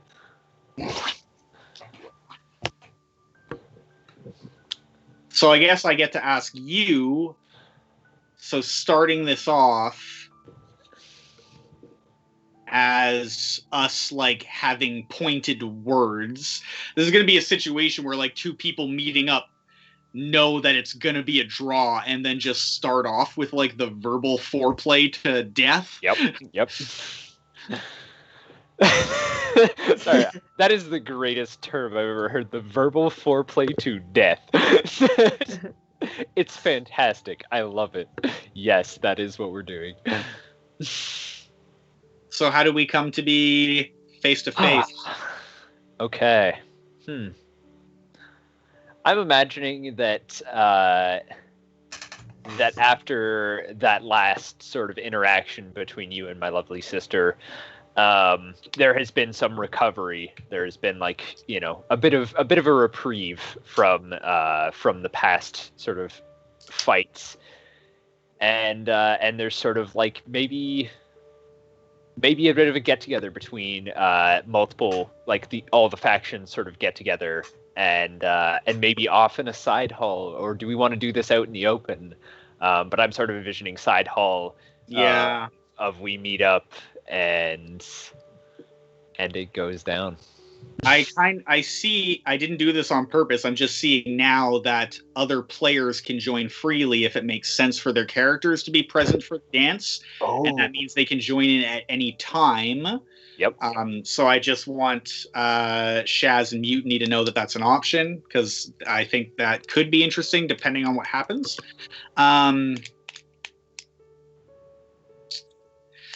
Yeah. I wonder if so you're kind of, what I'm getting is that you're painting Anya as being like the good girl turned wild. I feel like that's sort of the direction that I've gone. I think we've set up a really good story for the landowners that Tower is here for, to realize that the people of Bantral are not going to honor these jokes trade agreements and are selling them off for what they can. And so my security detail is leaving, and it's sort of like a going away, like, don't let the door hit you on the way out party, except that you're not going to let me in particular leave. I like that. Does that work? Yeah, I think that Anya values loyalty above all else, and her family matters to her more than anything, and thus, of course, because she is noble, the name matters just as much. And that can go either way. If she dies in this scene, that is totally fine with me. If everything goes amicably, I am totally cool with that. I want every option to be on the table. I think that we've set up that one of us has to die, and I'm comfortable with that. Perfect. All right. We've gone there. I love it. Perfect. The worst dancer asks the first question. We've established I can dance a bit, but does that mean you can't dance? I don't think. I think that I've set up Tower as a military brat, and I don't think Tower can dance. I don't think Tower can ballroom dance. At least I'm sure she can bust it down in the club. Yes. All right. Okay, so is it your question first? Yeah. But since we're interpreting it as a verbal combat, I do think that Tower is better than Anya at like word sparring. Yep. I think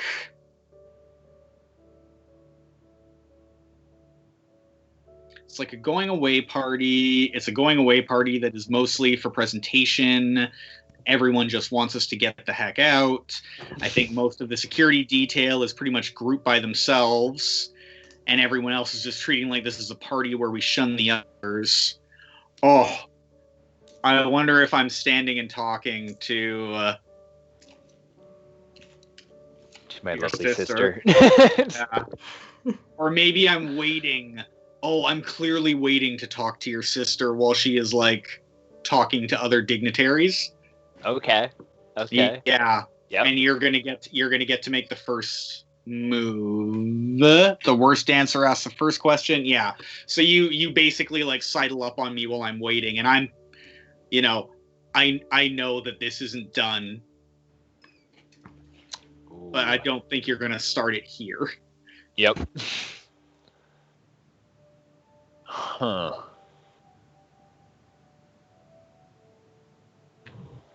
Give me a hot second.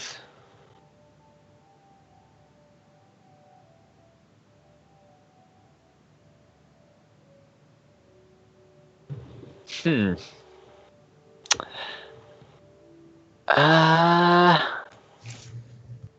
know what? Your mouth is close to my ear. What do you say?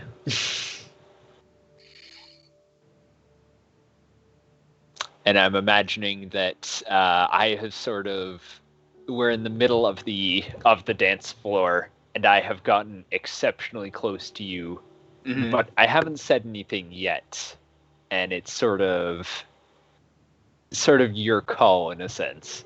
Like, I've gotten very close, and clearly I have something to say, but I haven't. The words have not left my lips yet.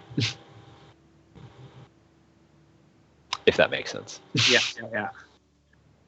You've come up and stand beside me, and we've like made a brief eye contact. Yeah.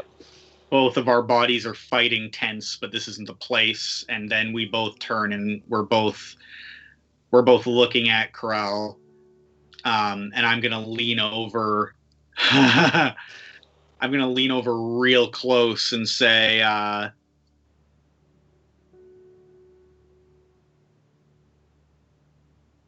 that's what a true leader looks like, huh? She sort of laughs to herself. Yeah. Yeah, it is. And You look the same. and she deserves somebody better than you.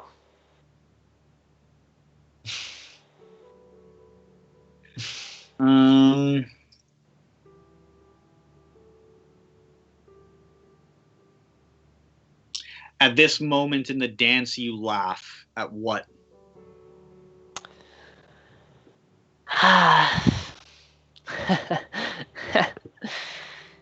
You know, I've always wanted her to be happy.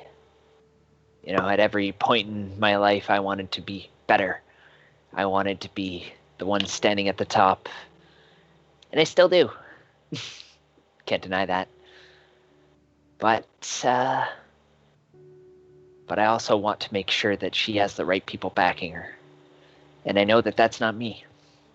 And I sure as hell know that that's not you.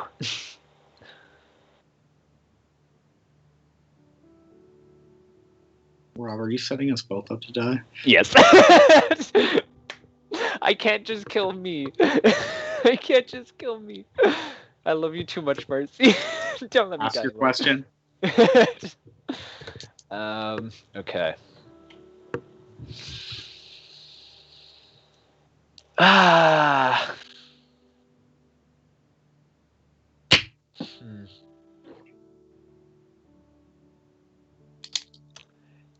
The one that just keeps drawing my eyes. You have the opportunity to draw me close and hold me for a moment. Do you take it?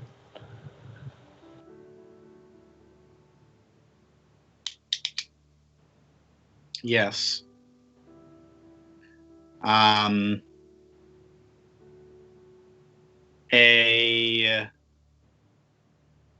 worker with a tray of hors d'oeuvres passes by us, and I have the opportunity to look like I'm reaching over you while I take you by the elbow and pull you close to me. And Tower says,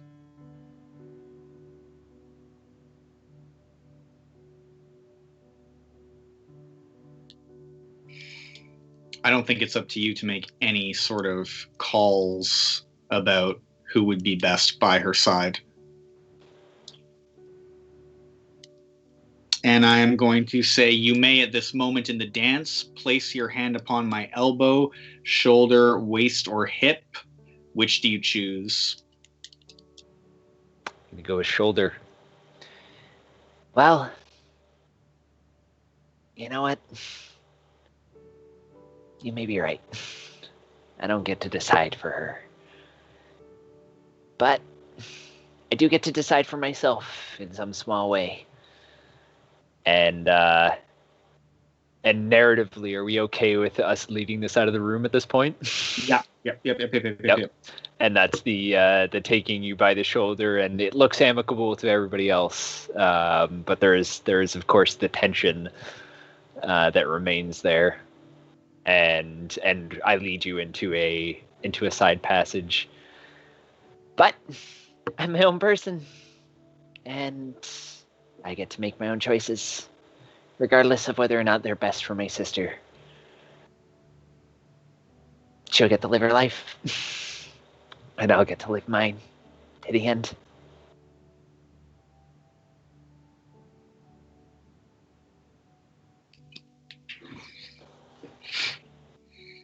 I don't think that she will get to live her life to the end as long as a creature as vampiric as you walks this earth.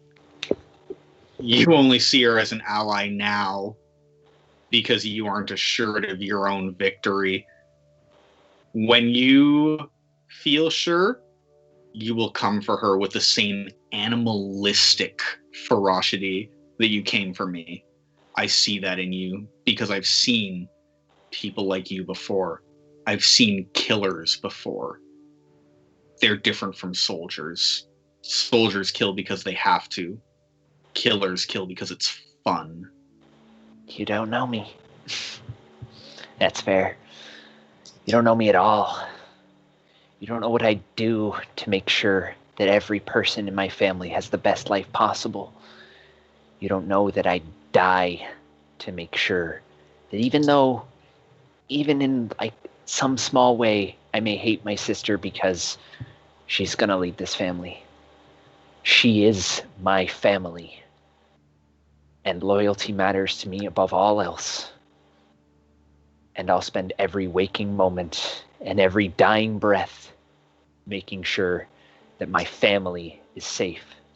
So you don't know anything about me. And there is no option to murder people in this. I can give you an option to murder. Okay.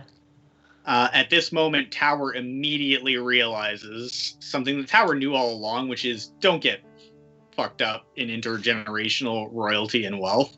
And Tower is going to hear you say all this shit and be like, internally, Tower's process is, oh my god, this person is so deluded. Also, I will never be able to get the girl if I kill her twin sister. And so Tower immediately is like, my contract here is done. I don't know why I'm even still bothering with this. You live your life here and you have your wealth. You won, okay? You won the fight. You won the greater political climate. Just take it, okay? And Tower is like kind of backing up towards outside of the hallway that we're in and says, you just remember that when you come for her, she'll still have a way to contact me. And then Tower is going to turn around and march out, and Tower's leaving. And you remember at every moment that family was all I cared about. And she pulls a gun, puts it to her head, and pulls the trigger.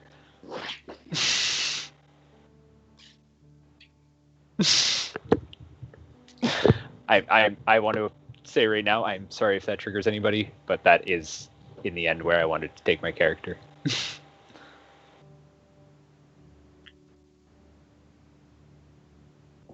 That's my girlfriend.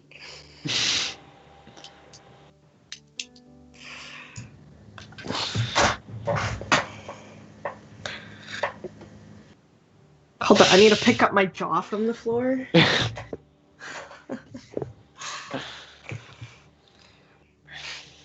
I really appreciate that we always start with such like wholesome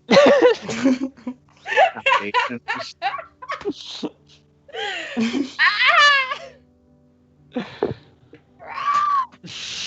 Sorry.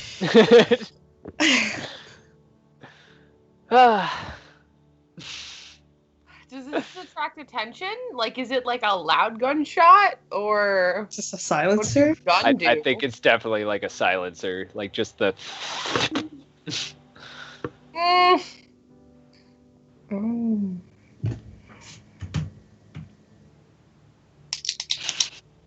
So I just want to be clear, did Anya shot herself or shot Tower? Anya shot herself. Okay. With a silencer. Yep. I think Tower is off planet before anyone finds the body, right? Yep.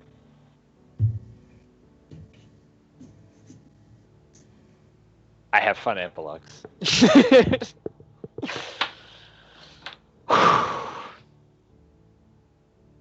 What? You literally left us all speechless. Like, we are just sitting here just trying to process what just happened. Excuse me. Anya would do everything for her family, and she knows that she was a detriment. I mean, Tower said that Anya wasn't on the up and up. Maybe Tower approached that situation poorly and could have done better. Oh my god. Or it's complicated. How's Kara gonna react to finding yeah. out? I don't even know. 16-year-olds having to be child soldiers is complicated. How did we accidentally get more Gundam than this game is? Like, this game is meant to be Gundam, and then we took it over the top and made our child soldiers.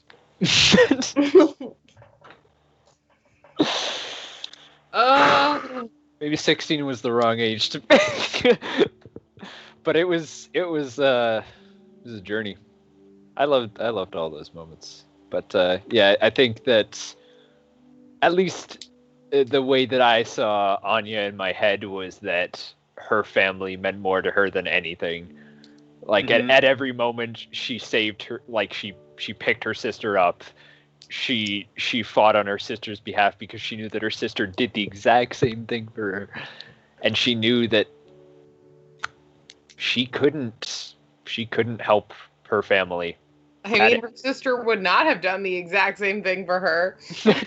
I mean, but her sister fought for her. Her sister went to battle for her, regardless of how it ended or how her sister felt about her adversary. There was loyalty there. And family mattered more than anything. We definitely saw a lot of like Anya's foundations and sense of meaning. Where are the parents? This is so true, though. I just assumed that the parents were dead and you had more responsibility heaped on you than was appropriate. I can see that. I honestly wasn't picturing that. Not dead, but distant. Just maybe on another planet. Cold, aristocratic. Somebody said it like Tahani and yeah. The other or like one. Giles Ashbourne, right? Oh, okay. Sorry, just recognized. Ooh, the disconnect. Shut up.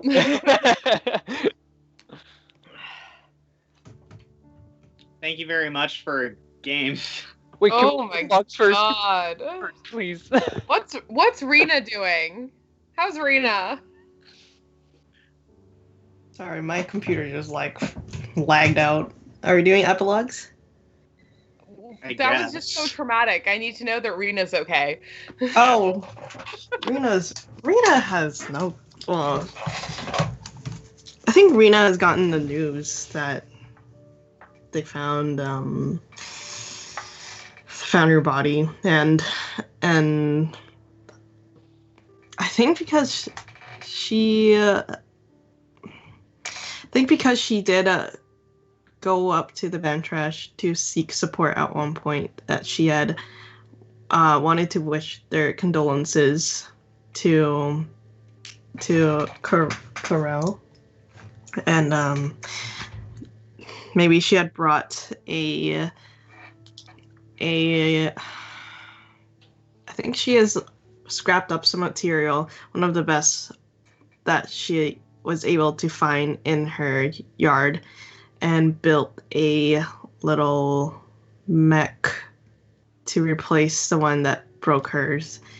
And inside this mech, you can find sort of like figurine holding like some flowers made of soldered together from pieces of metal, but made into like an art piece. And she had wheeled this all the way from her scrapyard into Town's Hall, where she found Carell and said, I know that we're not the closest people, but I've lost someone in my life, and I couldn't imagine you losing a sibling.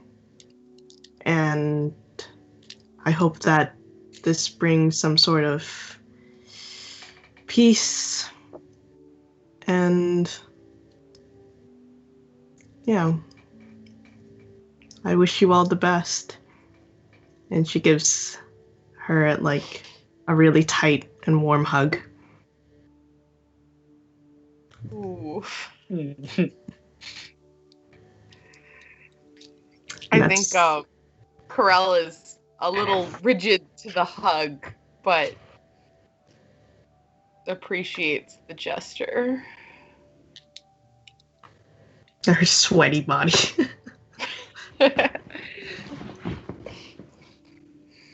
Oh.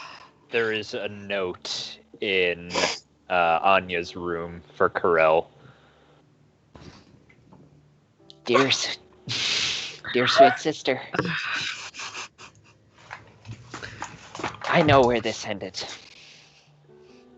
And I want you to be aware of the people that will take advantage of you, of the people that will use you for their own personal gain, or perhaps maybe they think they know what's best for you. But they don't. And I need you to be strong. And I know that I wouldn't help you make the right decisions. Because I played the game. And you don't play the game. You don't play the game. You die. You don't play the game in any way. I love you. Make sure you make the right decisions.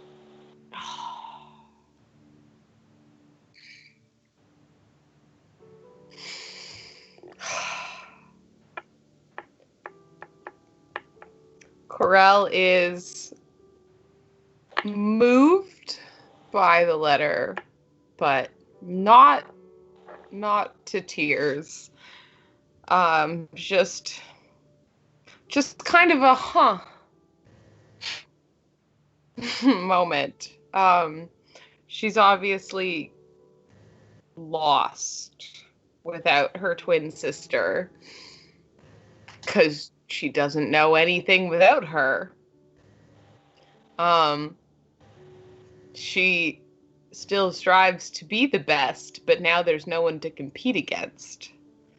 So it's less of a sadness and more of a confusion and like something's missing.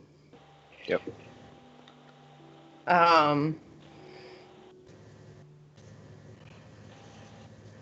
Yeah, just hey, I am the best. I won. But I won what? And now the girl she's crushing on is gone too.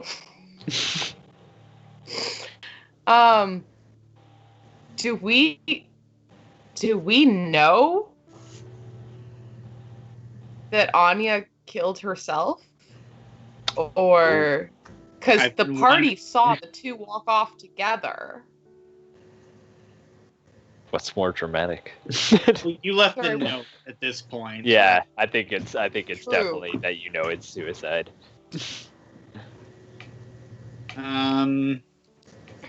But I think there's still a bit of speculation maybe amongst the townsfolk. Oh yeah.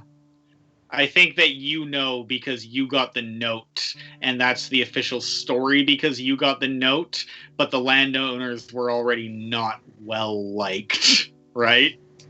Yeah. And I think that there's the two of you walked off together and then Tower disappeared. Rumors will be rumors.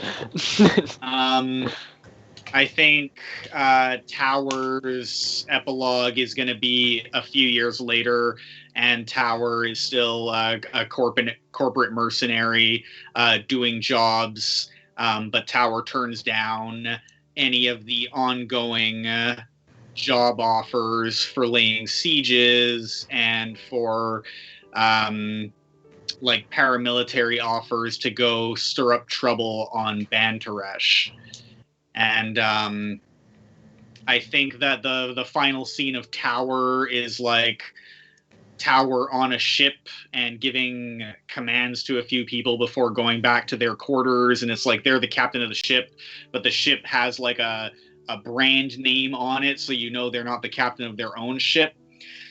And, you know, they it's a like montage of them reading in their room for a bit and looking out at the stars, and then they go to like surf social media or whatever, and they look up news on Banteresh, and it's like an article about how Emissary General Krell of the Banteresh aristocracy and Reyna of the Revolutionary Resistance of Banteresh continue to legally and militarily hold Banteresh against the Terran Transit Authority.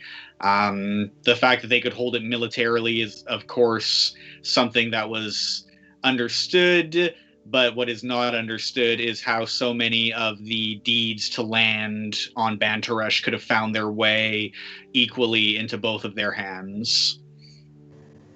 And yeah. Teamwork makes the dream work. That was Towers like parting I'm sorry is basically like robbing the company that they worked for to get the official deeds for you. Oh. Good game. Yeah. Wow. That was a roller coaster. Certainly a ride. Yep. That's a wrap. That's a wrap. Yeah. Thanks, everyone.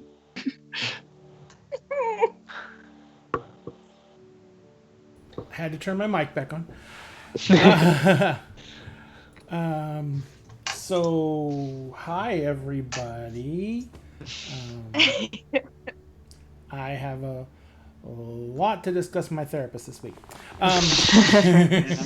Sorry for darkness, everybody.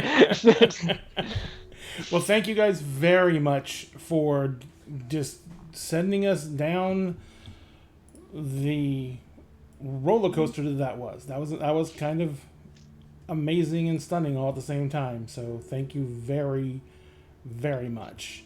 Everybody, if you guys want to show your support for Marcy or Mutiny Kitty or Shaz, they are each have their platforms on social media.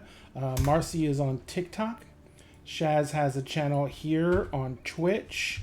And Mutiny Kitty has her TikTok channel as well. Actually, Mutiny, do you want me to stick with your TikTok channel, or do you want me to switch over to your Twitter? Which one are you more active on? I'm more active on Twitter, but okay.